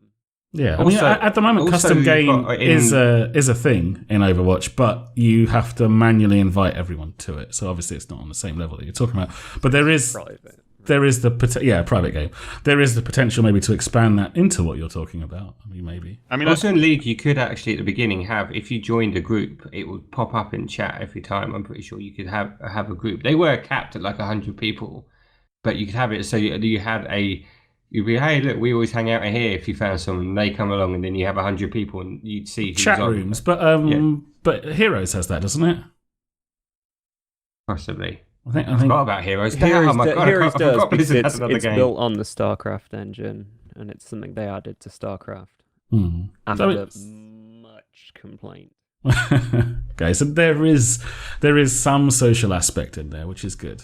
I agree with your point that you're making about like lobbies and things like that, like totally. But in terms of like Blizzard's idea, I wonder, like that's how we all like that thing in the social aspect, and then making teams and think that's important. But in terms of like the mass amount of players that Blizzard aims at, like I wonder if they just figure that. Because most people, like in LoL, for example, like 90% of people probably do just hit the play button, and don't do anything else. And Blizzard maybe just doesn't think that, setting up for lobbies and stuff, like, is worth the extra effort, maybe, as well, of having that in game. I don't know, I'm just kind of, like, thinking reasons why they wouldn't. Because they're a clever company, Like, it's not like they don't think of these things, surely. There must be a reason. Everything they do must have a reason why they're not putting something like that in the game. Maybe it's just like effort versus reward for them. Well, this is the thing though. This kind of like goes to like we talked to Rupert during the week. He like listened to what we were talking about last week, and like where we said that Blizzard hasn't made a bad game for a very long time. And this is kind of what you're saying, is like effort versus reward. Blizzard kind of know that they don't actually have to put in the full effort because the massive rabid fan base they have will help drive them on. Yeah. Salivating for more. And I am a member of that fan base, so I can speak from experience. Just because it was me and Martin having this conversation, I guess I'll just go over what I mean. Everyone praises Blizzard as this titan of gaming who do everything, and everything they release is magical. And 10 years ago, I would have agreed. But recently, they've released Heroes of the Storm, which I'm pretty sure by their metrics has missed the mark. It hasn't caught on competitively. A lot of people play it, but they're like, meh. Sure, it has its diehard fans, but I'm pretty sure they wanted that to be bigger. Diablo 3, no one can really deny that was fucked at launch. No, not at all. Everyone says, everyone says it's a great game now. But it's amazing now. Don't say anything bad about Diablo now, because it's fucking awesome. But this is the point. It was terrible at launch. Yeah. Okay, Wings of Liberty was not particularly good at launch. There's been a lot of horrendous design choices that have maintained presence in StarCraft 2 throughout its entire lifetime that was born of that. And going back to chat channels and stuff, they didn't exist when StarCraft 2 launched. You know the bit that I hated. The bit I hated when I was playing StarCraft 2 was the bit where they went, "You can't see your losses anymore." Because at the beginning you had your wins and your losses, and I like that because all I wanted to be was over 500, like over 50-50. And I just used to keep that. I was like, okay, I'm 2 above 50-50. I'm 3 wins above 50. And like I was like, that was my barometer. And then they took that away, and it's like, now what? Now I'm just some arbitrary win number that I'm not. I have to keep track of my losses myself to like work out. Like, what? So wait. You could track your losses in the game, and they took that away. Yeah, they took it away because they went, too many people are getting down because they're losing a lot. So then we're not going to show them the losses. You can get them once you got to Master League. Then they gave them back because that was when you were suddenly prepared to handle. I'm pretty sure you could do it before Masters League. Like you could give it at gold. You could certainly give it at like platinum and diamond. Those people have played enough of the game to understand that they're going to lose roughly half of their games. Because you're playing a game where they're meant to be balancing your MMR, so you're meant to win half of them because you should always be playing an equally skilled opponent.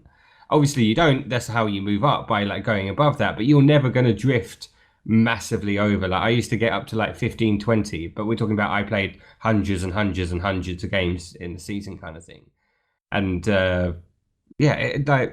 taking that away was just sort of like, You're making us. They even said why they did it. It just makes us all feel like little children. It's like we can't be trusted to handle our losses. They've done the same thing in Overwatch. They've done the same thing in Overwatch. They had a super detailed stat screen that I was really excited about, like to be able to see every detail of what happened in your game, and then like beta, and they just took it away. And they were like, no, we don't want people to see like how much damage somebody else in the other team was doing. I mean, you can see some stats when it's like when they get a card or whatever at the end of the game, but you can't like look at your team and go like, he was doing badly and he was doing really well. Like you can't. You've no comparison for yourself against your team. Yeah, like but I came first on my team. Like yeah, you do get a comparison, as in you know if you come first, second, or third. You know if you placed in the top 3, and in a team of 6. No, but you only know that like, oh, I got top 1 in damage. Like you don't. There's no other, like, you don't know, like, really I suppose you see your kill death ratio, but you don't see other people's kill death You don't see other people's, but you see how you ranked on your team. I don't know, this is something where, I don't know, I like the way they're going with it. You can see, they give you your own stats. Like, maybe you want more information about your own stats, and they tell you if you are one of the top 3 players on your team for that stats as well. And that's good. And you can see your own stats, and you've got your yardstick, and you can see if you're improving. And but you can see how much am I better? Do you know what I mean? Like, well, you've got the no. There is comparison. There is the career profile where you can kind of like get a lot of information about how you've been improving as well. I need to look at it in more detail to see exactly what shows you. But like, there's no comparison with other people. I mean, like, you don't see. Like, but a lot of that is to deal with destroyed everybody like on my team in terms of damage. I think it's to deal with the toxic attitude. They should have these things in there though. They should do, because they have this whole thing where it's like, oh, people can't handle it. And you know, I play Counter-Strike and I sit there and I'm going, oh, I've got no kills and 10 deaths. But this time, and then I get like 3 kills, and I'm still 3 and 10, and everyone's going, you're only 3 and 10. I go, yeah, but you know how great that feels. I've got 3 kills, I don't care. Because I understand the level I'm at. I understand I'm not great at this game. I know it's like they don't have to hide the stats. You don't need to hide the stats to know that I died 20 times this game because I kept on just running back and getting shot. Like, I hate it when they try and hide it. It's like the same thing you do, you know, when you're playing kids football and go, oh, we're not keeping the score. It's go, yeah, but all the kids know who's winning. That doesn't matter. You can go, no one's keeping score, but wait. I know I'm dying. I know I'm crap. That's not a fair analogy. You've still got a score as to what team's winning and what team's losing. You know what I mean. I know what you're getting at, but that's over pushing the point because. Yeah, well, okay. Oh, well, if they had inbuilt how many goals Johnny had scored today, then. But you can tell where they're you can tell where they're focused, like in terms of what they're looking at when they're designing the game, and how much attention they're paying, and how much they want that audience of like people who maybe wouldn't be that good at the game, and they still want them to like enjoy it in some way, which is kind of like a good thing to do in terms of like, you know, they want more people to enjoy the game, but you don't want them to like do that too much in detriment of making the game like This- systems this too is- simple and this not is enough stats another for people who play it complaint a lot. from a like. lot of Blizzard games now. They have destroyed the depth in World of Warcraft. Yeah, exactly. They- They've done exactly wow, the same wow thing has in WoW. no depth. But wait. They've- Before we Wait, get wait, I wanna hear onto this. that, no, we will get onto it. I just want to say, but there is reason for it. It's not just to handhold the new players that don't want to feel bad because they don't want their really bad What is score it? What's the being reason, displayed for everybody else. It's to stop the whole toxic attitude and the whole fact that there will be a very vocal, probably minority part of the community that will be incredibly abusive towards people that are performing badly. And Yeah, it's but that people That still happens experience. don't anyway. know. That happens anyway. They'll They're doing still badly. know, and They get and, pissed and they off. won't even have any I don't know. stats to prove it. Wait. In my experience of Overwatch, the only time it happens is when someone plays a hero in a situation where they shouldn't play the hero. It is the That's 'cause only it's beta. time. It That's is the because only it's closed time. beta.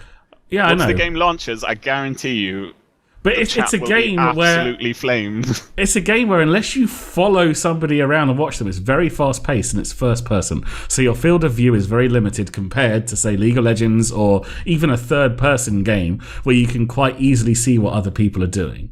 But it's I irrelevant. think Like it limits growth as well, because it limits growth of people as players. Because the thing is, people don't just sit there and go, "Oh, this was probably down to me." They'll, even if they don't know who it was, they've seen that guy die twice in a stupid situation and go, "It was his fault." Or, "Is that Exactly. his fault?" Exactly. No one wants to blame themselves unless there's a hard stat on the screen that says, "You were the worst, mate. Get better at this game." They don't. They'll just blame someone else and keep blindly going on blaming someone else, not actually getting better. And the people who Yeah, spam in but- chat are going to do that anyway, and they're going to find a target for it no matter what. I Like, don't it know. doesn't No, matter if there's a wait. stat screen They or not. tend to not find an individual target. They tend to just blame everyone else. It's like, oh, my team's rubbish. Like Well, it, yeah. it stops being that singling out an individual, and it stops being, oh, my team's rubbish. My team sucks. It's that old chat going, oh, this team, instead of that old chat being, oh, this Lee Sin. It's now just this team, that is a difference. They're not singling somebody out and making them have a bad experience because of it. I still reckon I'll get singled out. They'll come for me. I'll be Yeah, ready. because we'll know we'll be playing in a pre-made team of 6, and we'll know it's you, and be like, "Oh, for fuck's sake, Martin, why are you so bad at these games?" How are you? Sorry, right, go on, Reaper. What were you going to say about them dumbing down World of Warcraft?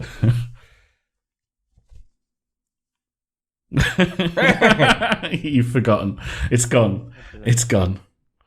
Okay. I can't remember why. I can remember what I was talking about, but I can't remember why it was relevant to anything. So All right. Fair enough. it's gone. Whatever it was relevant to has passed. All right. I mean, we can wrap up on Overwatch and just the Blizzard in general, which is what we seem to have moved on to. And Just before we finish, I am still hyped up as hell for Overwatch. I'm not shitting on it at all. Mhm. I just think recently Blizzard has been a lot weaker than a lot of people would like to believe, and just nobody seeing, seems to have noticed. yeah, and you seeing saying that people they get a free pass on things that no one else gets a free pass on. It's like, Yeah. oh, their servers are always down for the first week. But it's Blizzard, it's fine. It's like, yeah, or like they, I don't know, just dumb choices that they make and dumb design choices that they make, and then just go with. The prime example for almost everyone who's played StarCraft is the force field. It's a shit idea. They left it in because it's a cool idea to them, and they thought we'll balance around it. And it just leads to really shit sort of gameplay moments. So what does the force field do? What's the unit that has it? The Sentry has it, the Protoss Sentry, and basically what it does is it creates a force field. for a period of time. It creates a force field which units cannot pass through. Certain units can crush it or whatever, but it's above the level of discussion here. And basically what it does is people have got so good at it that they can siphon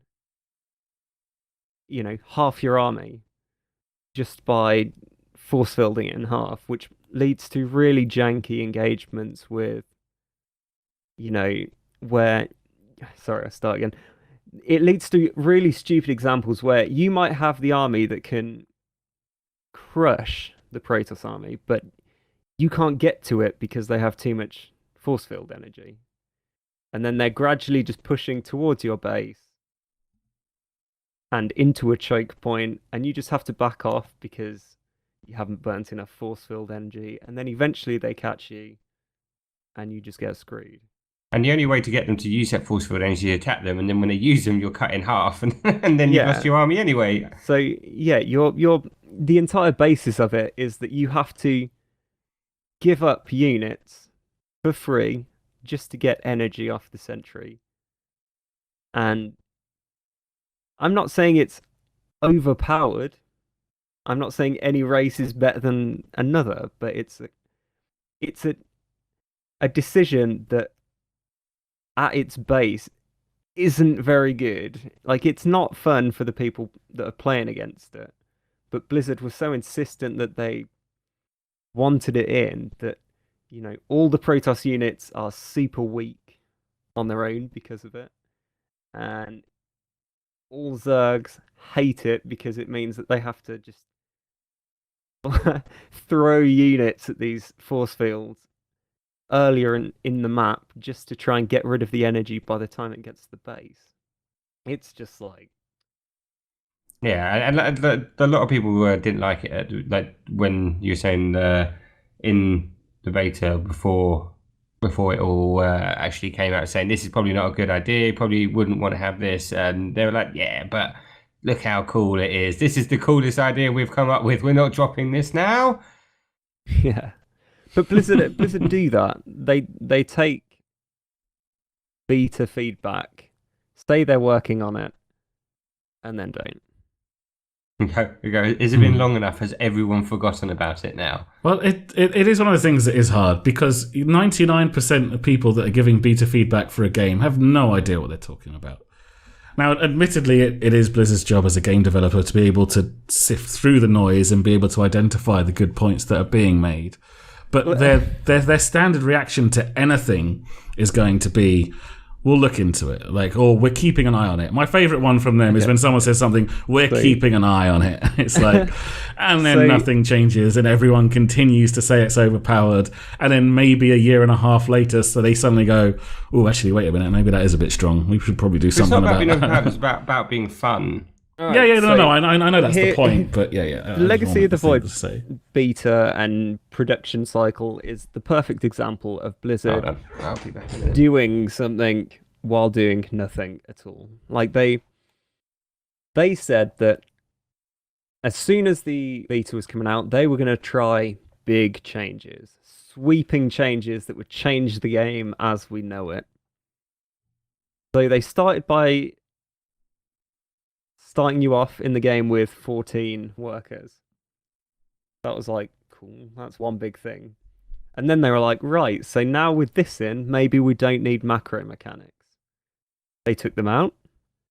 Everyone was like, oh, this is a bit weird. What, macro mechanics? As in, having to drop mules and stuff? Lava, mules, okay, Chrono Beast, that sort of thing. And then they were like, it sort of doesn't work, so we'll reintroduce some sort of slightly changed ones. And then they just went, fuck it, and reintroduced them. And then I mean, I could see the thinking. The game. And that was it. That was their big changes. They just decided to revert one of them. And 8 new units or something. That was it. That's all they did. And they'd spent the whole time saying, we're doing big, big changes. And another big thing that everyone has forgotten is before Heart of the Swarm came out, they said all their expansions were going to be priced as expansions, i.e. cheaper than the main game. That didn't happen. And I just think people like to ignore the things Blizzard say and forget the things they say. And because they make good games, though.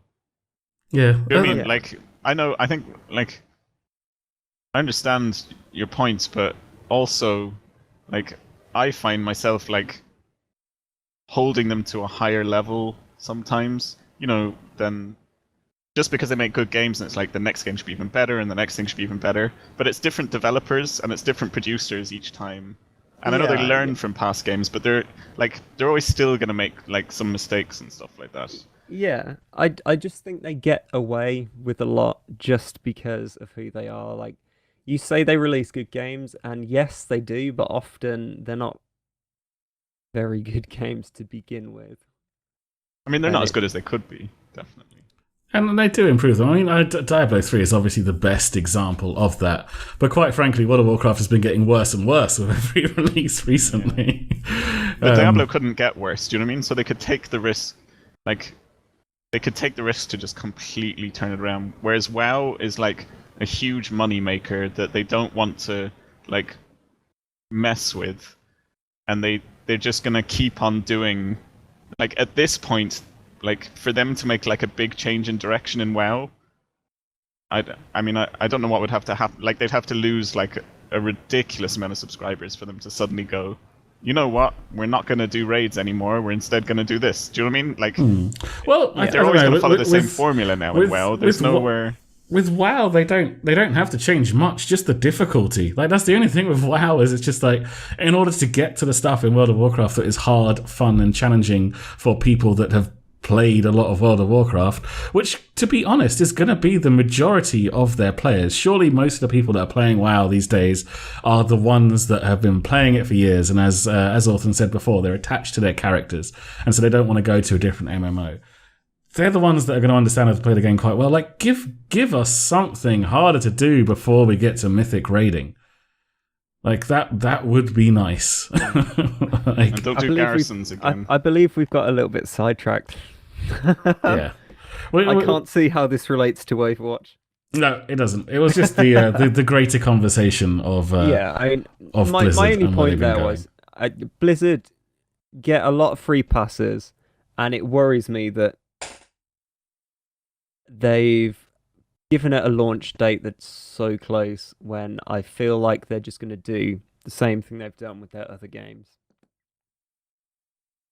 Well, it's release something and then improve it and make it the game it should be. Well, yeah, but once the hype has passed, I think they need more community features in there. That would be the big number one change you would put in there is more community features. The game can be fun as hell, but if it's difficult to find people to play with, people aren't going to do it. Yeah, definitely. I could agree with that. Okay, let's move on to some of our other news topics this week. I was actually going to have a break. I didn't realise that we were so far into the podcast when we actually moved into the news, so that's my bad. But still haven't talked about anything relevant. This is what happens. We do a Hearthstone podcast, and we rarely get around to talking about Hearthstone on it, so it's fine. Yeah. Okay, so in other news this week, UK-based Lionhead Studios are going through discussions to close. Now, this is basically just standard UK law about redundancies. You have a consultation period before you make everyone in your company redundant. This is moved by Microsoft. Microsoft are currently running, I'm not sure what the relationship is, but they currently are the bosses of Lionhead Studios. And they announced yesterday, I want to say yesterday, maybe the day before, that Lionhead Studios will be closing. They were started in 1996 by megalomaniac Peter Molyneux. Their initial release was black and white. Now I say he's a megalomaniac because he is the creator of God games. Populous was created by Peter Molyneux. Populous! Oh my god! Back at Bullfrog in 1984 or something. I don't know what the release date of Populous was, but it was a very very long time ago. My childhood. Populous was an awesome game. It wasn't Populous for me. I played Theme Hospital and Dungeon Keeper was so good. So good. I'm just going to skirt around the old Theme Hospital, also the best game ever. Oh, yeah, Theme Hospital. I just said Theme Hospital. I know, I'm talking about Max. He goes on there. I far prefer Dungeon Keeper to Theme Hospital. Don't get me wrong, Theme Hospital was fun, but all I remember about Theme Hospital was the guys with big head syndrome. I regularly still listen to the Theme Hospital soundtrack. Oh, wow. I can't even remember what the music to Theme Hospital was like. It's so good. I probably couldn't go that far to be. If you've got any tracks lined up for a break or the end, just replace it with the Theme Hospital soundtrack. It'll do. I'll see what I can find. It's all on YouTube. It's there. I'm sure it is. I'll check it out. Yeah, I was a huge fan of Dungeon Keeper. I loved those games. The first one and the second one. The second one was just basically the first one again with just new scenarios and new units and stuff. Really cool games. Really cool. In fact, like there's been so many games like recently that have been flagged as the new Dungeon Keeper, and they've all been disappointing. Like there actually hasn't been one. No one's really tried to recreate that successfully. Oh yeah, there was one attempt recently, wasn't there? Yeah, there was Dungeons, I think it was called. Yeah. And I really wanted it, but I didn't get it, and then I heard it flopped, so I never bought it. The one time where I was a little bit hyped, but I decided to wait, and it paid off. Yeah, I think they made Dungeons 2 as well. Oh really? I may well just be making this up. It must have been somewhat successful if they made a second one. Yeah, they made Dungeons 2. It's a bit difficult with like barely old games that you haven't played in that long, because I know like I really enjoyed the game as well, but I guess my idea of it now might be that it's a lot better than it actually was, and remaking that game in the image of what people expect now is definitely a really hard thing to do. Well, whatever they make, it can't be as bad as their fucking mobile game. Oh. Oh God, was it EA did that to us? Yeah. I didn't play it. I heard it was horrific though. Although, hang on a nicer note, Dungeons 2 seems to have fairly positive reviews and things. So Okay. Check that out. All right. Might be worth checking out. But anyway, should we go back to whatever it was we were supposed to be talking about? The loss of Lionhead Studios, one of the few remaining UK-based game developers. They had around about 100 employees. Sadly, they will all be looking for work, I imagine. Do not worry about... No more shit Fables. Yeah, no more Fable games. They were, of course, the creators and developers of all the Fable games that have been in the last few years. Won't be doing that anymore. Fable sort of went over my head. I wasn't that big. Yeah, I've never played them either. Like, interestingly enough... I played all of them. Oh, really? Well, I mean, were they good? They get a lot of hype. The first one was really good, and then the second one was not great, and then the third one was awful. And then, actually, was there a fourth one? Maybe I didn't play that. Was there a fourth yet? I don't even remember. Well, their Fable Legends is in beta currently. Like there are people playing a game that the company that is being shut down is making at the moment. Well, that's been cancelled, I guess. Yeah. It will end on April the 13th, and apparently there is a working cash shop in the game at the moment as well. And anyone that's bought anything will be entitled to it. That always lights my fire for wanting to play a new game. Yeah, there will be full refunds. Full refunds for all of them. If you're worried about old Peter Molyneux, he left the company in 2012, so you don't actually have to worry about him too much. Yeah. He went back to creating God games, surprisingly, and Goddess that came out about 2 years ago, or 3 years. Pretty angry about that. What's that? Are they not Goddess? I didn't hear too much about it. And it was fucked for ages. Oh, really? And now he's just announcing another one. Well, like Peter Molyneux's not had a good reputation in the last 10 years in general. From what I've seen, he has a reputation for over-promising and under-delivering, which I guess fits in with the anger about Goddess as well. But anyway, it's sad that a UK developer is closing. We have less and less of them since you don't get any tax breaks in the UK for being a games developer. We have Rockstar. But don't Rockstar produce all of their stuff out of Canada now? Canada, yeah. Like they obviously did start in Scotland, but aren't their main studios in Canada now? I don't know if they have a UK-based office anymore. I don't know. I thought they did most of the work on GTA 5 in this country. I'm just gonna have a quick look. Rockstar North. No, Rockstar. Primary developer of the Grand Theft Auto series.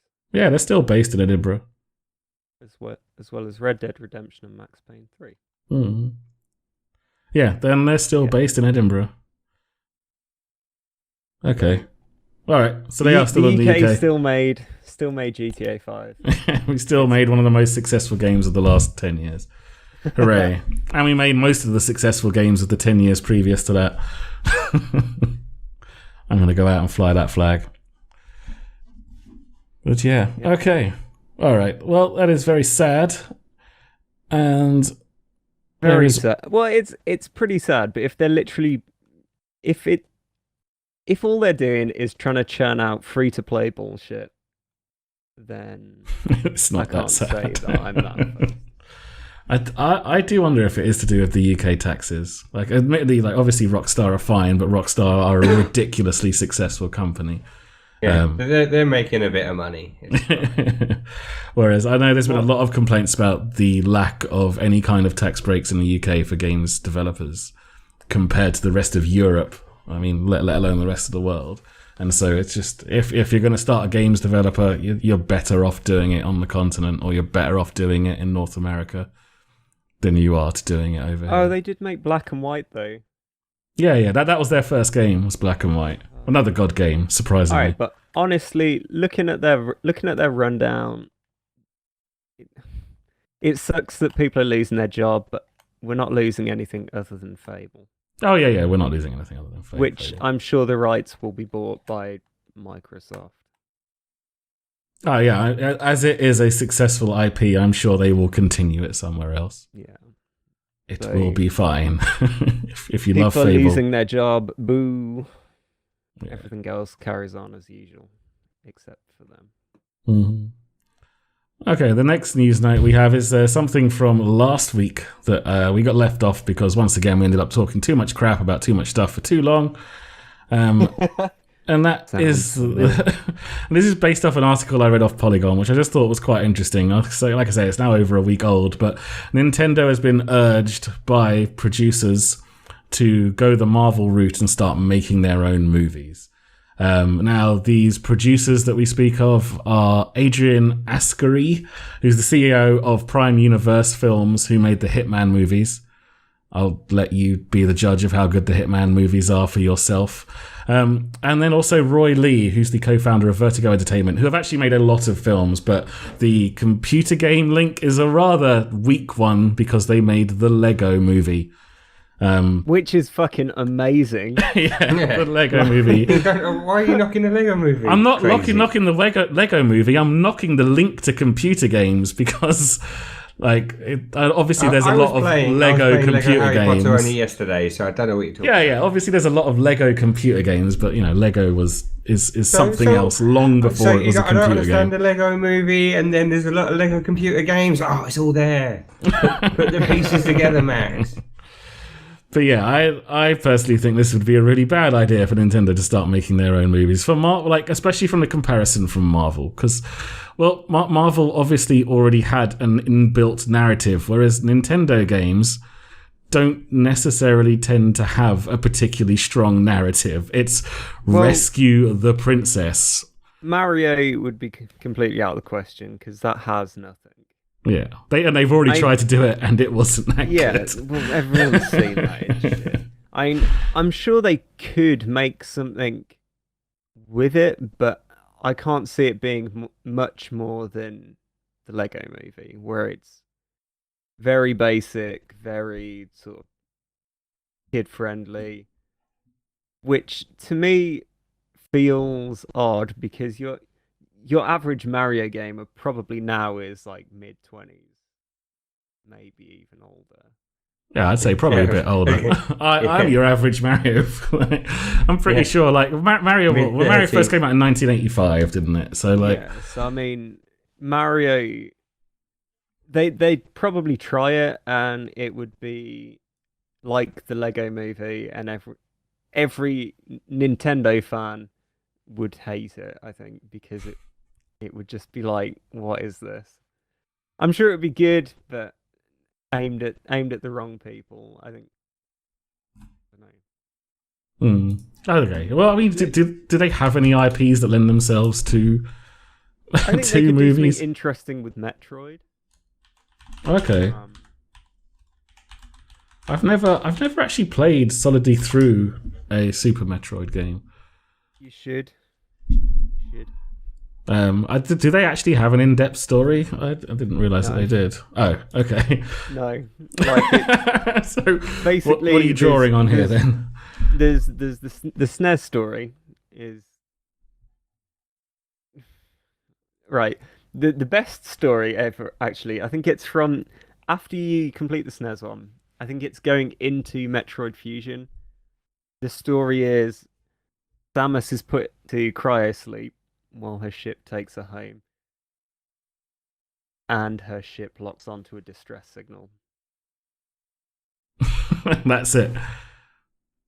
That's it. Do you get any kind of resolution to that? To her locking onto a distress signal? Space to work a story within that, though, doesn't it? There's a bit more to it than that, but that's basically, if I chucked you midway through the game, you wouldn't particularly need anything to carry on. And most people that play it don't really know what the story is anyway. And the stories are usually things like, there's one game, I can't remember which one it is, where the Metroid takes over your suit. So you're sort of stripped of everything.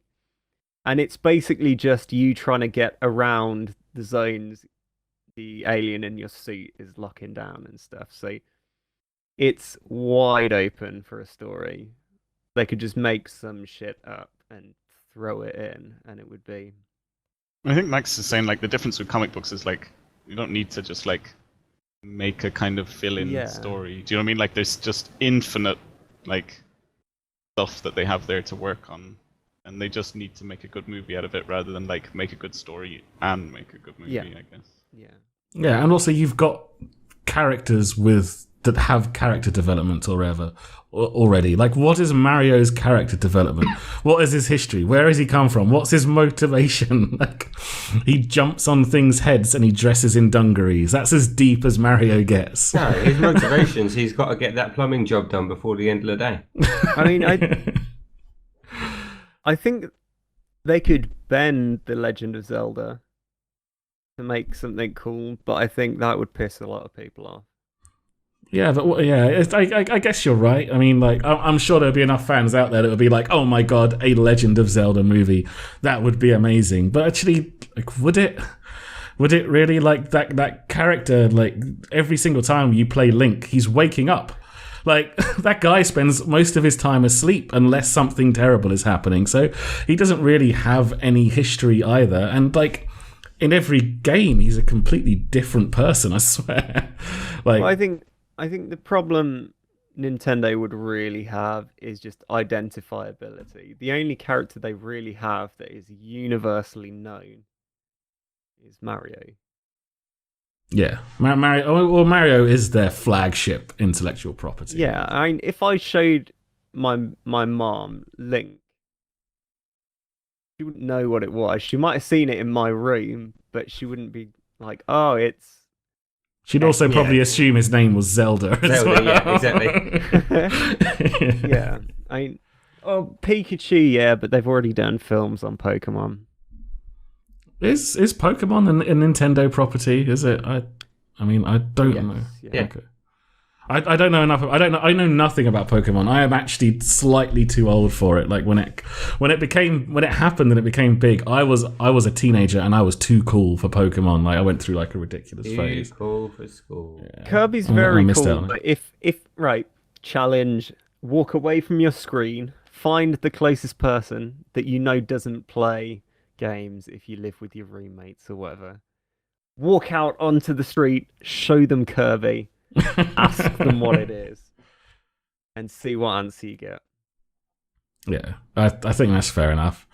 I don't think, even as a gamer, I think I would struggle to draw Kirby from, like, from just imagination. Like, and I don't think, Kirby's that little pink thing. yeah, it's just pink, almost brown, cloud-like thing, but yeah. Puffy. Yeah, exactly. Like, his general shape, I don't think I could draw. I've got a rough idea of what he looks like, but yeah. basically the comics are working because the characters are recognizable. Everyone knows who, Spider-Man is or Iron Man or whatever. Whether you follow it or not, whether you know the deep everyone lore knows. of their character, Yeah. you know them. Everyone knows who Batman and Spider-Man are, and it's like, as we've said, there is already story there to build on. It's not like you can say that with Nintendo. I can't see it working. Like, No. I mean, obviously, I a can't. good movie could happen, like where you've got a good writer and good director and cast, whatever. But in It terms of could. like pumping out game movies, I just don't think you're just not going to get enough good movies out of it, really, Yeah. or enough people that are even going to want to watch them. At the end of it, I think it's plausible that it could happen and they could be good, but they're not going to be. What about the Warcraft Honestly. movie? Who's looking forward to that? Oh, Well, see, the Warcraft movie, I'm gonna want to watch it. I'm gonna see it. I'm not I'm sure gonna about cry it. through the entire thing. I'm gonna see it. The Warcraft movie is like they're just making orcs and humans. They're making the storyline of the first war. I mean, that's all they've gone and done, which guess is fine and whatever. It's no real problem. Like, why not? But I agree, Zalzi. They should have just let the Blizzard art department do it. yeah, Fuck real their people. CGI is so good. Yeah. And the CGI in that movie just looks disappointing. It looks crap. Yeah. It Like looks unless they do something magic in post production that they haven't shown anyone, it looks terrible. Mhm. And Yeah. I'm No, so I sad. I do agree. I am so worried about what that movie looks like. And yeah, and also I keep doing like all the lore on like the on the Unstable Portal podcast for like Warcraft lore. I'm worried that I've spoiled the whole movie for myself as well, just by going back over all of that stuff. But I know it's a silly point. Yeah, but you're not allowed to stop now. maybe Some people Zalzi, apparently but like it, so maybe you didn't know about anything about Spider-Man, but I guess in English-speaking countries, which is unfortunately where the mass media is looking. Yeah, well, yeah, but I don't. It's not a valid argument to say I only knew about Spider-Man because of the cartoon. And go, I only knew about X-Men because of the cartoon. But that's Yeah. how you know about these. X-Men was the greatest cartoon to happen in the Yeah, 80s. It was absolutely amazing, or early 90s. Thundercats. No. Okay, all right. Bucky That's- O'Hare. Bucky O'Hare. No, Thundercats. It's Thundercats or X-Men. It's a tough choice. There was also a great cartoon called Fantastic Max, but most people I'll don't go remember with that. I'll go with Thundercats for the 80s, and then sort of mid-90s X-Men. Yeah. Although I have gone back and watched episodes of X-Men as a grown-up. It's don't do that. Don't ever ruin that for yourself. It's a terrible idea. The voice acting, the plots, and everything in those cartoons was absolutely horrific, but it was cool. They've made a lot of good superhero cartoons recently. I'm not huge on the backstory, so I can't tell you that it's accurate or whatever, but they're entertaining for what they are. So, yeah, they're all on Netflix. Yeah, but I think Batman's the prime example. With anything since Mark Hamill started voicing the Joker is very good from Batman, which actually goes back to like the late 90s. They had, oh my god, I always forget his name.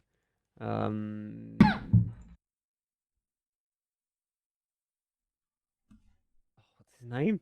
I don't know. You've given me John nothing. DiMaggio. John DiMaggio. John If DiMaggio. He was you did good the as- thing where he was good you as Joker. describe the card, we can work it out. But if you don't give us any hints, Well, the only thing I could have done would been that time that Bender voiced the Joker. yeah. Oh, John thingy, yeah. John DiMaggio, Martin. Is that what I you're know trying he to just said it. say? I was joking. Calm down. Oh dear. Well, all right. So yeah, I think we're in agreement that Nintendo as films Nintendo probably should not make movies. they should not It make would be movies. it would be awesome if they did and it worked, but it's not going to. If you don't believe us, watch Resident Evil. And we'll have this discussion again. Watch Resident Evil or watch Super Mario Brothers. Oh my god. That film is so but the thing is the Super Mario Brothers is in that weird niche genre of it's so bad it's good. It's like kind of fun. Yeah. You can sit down. You can sit down and really enjoy watching that movie, but it is awful. It is terrible. Do not watch that film. Right, I do believe that is all the time we have for this week. I believe we're done. Everyone's looking like they're falling asleep already, so it probably is about time we wrap this up. We will, of course, be back next week, same time, Monday, 9 p.m. We've literally GMT. got about halfway through the set notes. I know. Yeah, standard. It's fine. We've been here for 2 hours. We either do too much or too little. We either have we never get it bang on. The first one you said, what, cartoon? Sorry, ignore me. Okay. All right, I'm going to play us some outro music. Okay. And we'll be back next week. We'll see you later. Bye-bye. Yeah. Bye. Bye.